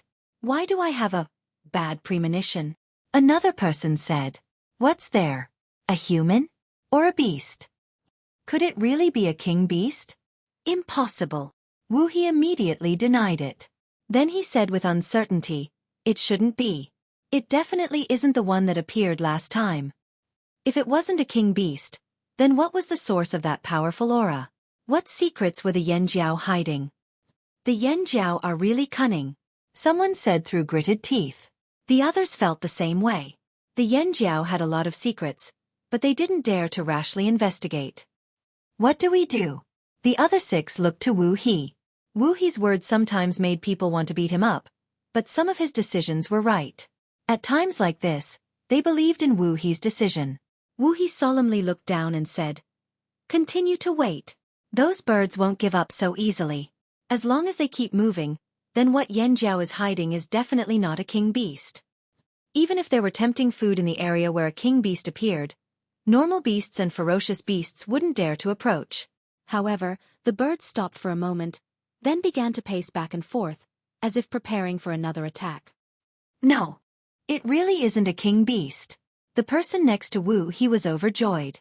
For them, as long as it wasn't a king beast, then it was worth the risk. If it was a king beast, then they would leave without another word. No matter what secrets Yanjiao had, no matter what treasures there were, they would leave immediately. Just like when the king stoneworm appeared in the forest outside the trading point, Wu He threw down his cup and left. They would do the same. But there was no king beast now, right? So what if it was risky? They had taken more risks since they were young than the grains they ate. The 7 of them once again paid attention to the situation below, waiting for the movements of the birds to decide when to make their move. In the 1,000-grain gold field, the soldiers harvesting the crops had paused when the powerful aura appeared. However, Xueqi quickly reminded them to return to their task. No matter what danger there was, as long as the Great Elder was here, everything would be fine. After the incident with the king beast, the people of Yanjiao trusted Xueqi very much. Even if something happened, they wouldn't blame Xueqi. The Great Elder's motive was always for Yanjiao's good. "Xian, those birds are flying over again." Ao pulled his bow and aimed an arrow at the sky. The flock of birds was too large. Even someone with good archery skills couldn't face such a large number of birds calmly. "Wait, don't shoot for now. Pay attention to that side." Xueqi pointed his chin in the direction of the bat leader. The bat leader was starting to get angry. That was just a warning. After all, it was daytime and it didn't like to go out in the day. Flying beasts didn't like bows and arrows. Forget about the other fields, it was better not to shoot at the 1,000-grain gold field and the surrounding fields. After all, the bat leader might fly out at any time. If someone accidentally shot and angered the bat leader, this already busy harvest operation would be even more difficult to succeed. Ao thought about it and agreed. He put down his bow and focused on the bat leader's position. He and Xueqi didn't participate in the harvest operation directly. Instead, they stared at the bat leader. After all, no one knew what the bat leader was going to do. If something happened, they would be able to react immediately. In times of danger, those with high status and power would definitely be the ones to take the lead. The smell of blood in the air was getting thicker and thicker. If it wasn't for the valley around them, everyone would have thought that they were in a killing field. Some of the warriors' arms were shaking as they waved their sickles. This wasn't because they were timid. It was a psychological and physiological reaction. They were nervous. Under such strong pressure, they could still maintain their normal harvesting and not pull out their sickles to defend themselves. This was already very good. The speed of the flock of birds slowed down. Some birds started to retreat, some hesitated, and some continued to approach boldly, heading straight for the swaying golden grains. The birds that approached didn't immediately rush down even when they were above the 1,000-grain gold field. However, these birds that had gathered gradually blocked Yangguang from above. Just as the flock of birds above finally decided to swoop down, and the surrounding birds that were watching also spread their wings and prepared to shoot down. Whoosh! A black shadow flew out from the shadows of the valley, brushing past the golden grains and heading up. As it rushed up, invisible and inaudible sound waves were emitted. Bang! Bang! Bang! The closest flying bird was directly turned into a cloud of blood mist. It didn't even have the time to let out a final cry of shock. When that figure charged towards the densest flock of birds, a blood-red color, accompanied by a series of explosions, spread out in the air like a crimson disk. The flock of birds that blocked Yangguang's view was replaced by a bloody mist. Under Yangguang's gaze, the mist spread out and landed on the field. If before, it was only because of the strong aura that made people feel like they could smell blood, then now, it was real blood. The people harvesting below, whether they were on the 1,000-grain gold field or the other fields nearby, the drumming warriors who came to help, the sentries on the watchtowers, etc., all saw the horrifying scene above the field. The bat leader's attack was only aimed at the flock of birds, but the people harvesting in the field were also affected. They had to stop what they were doing and cover their ears, feeling like their heads were being pierced by thousands of needles. Those who were further away were better off, but those who were closer to the 1,000-grain gold fields suffered the most. However, they were the strongest among the people in charge of harvesting. As long as the bat leader didn't target them, they could still handle it.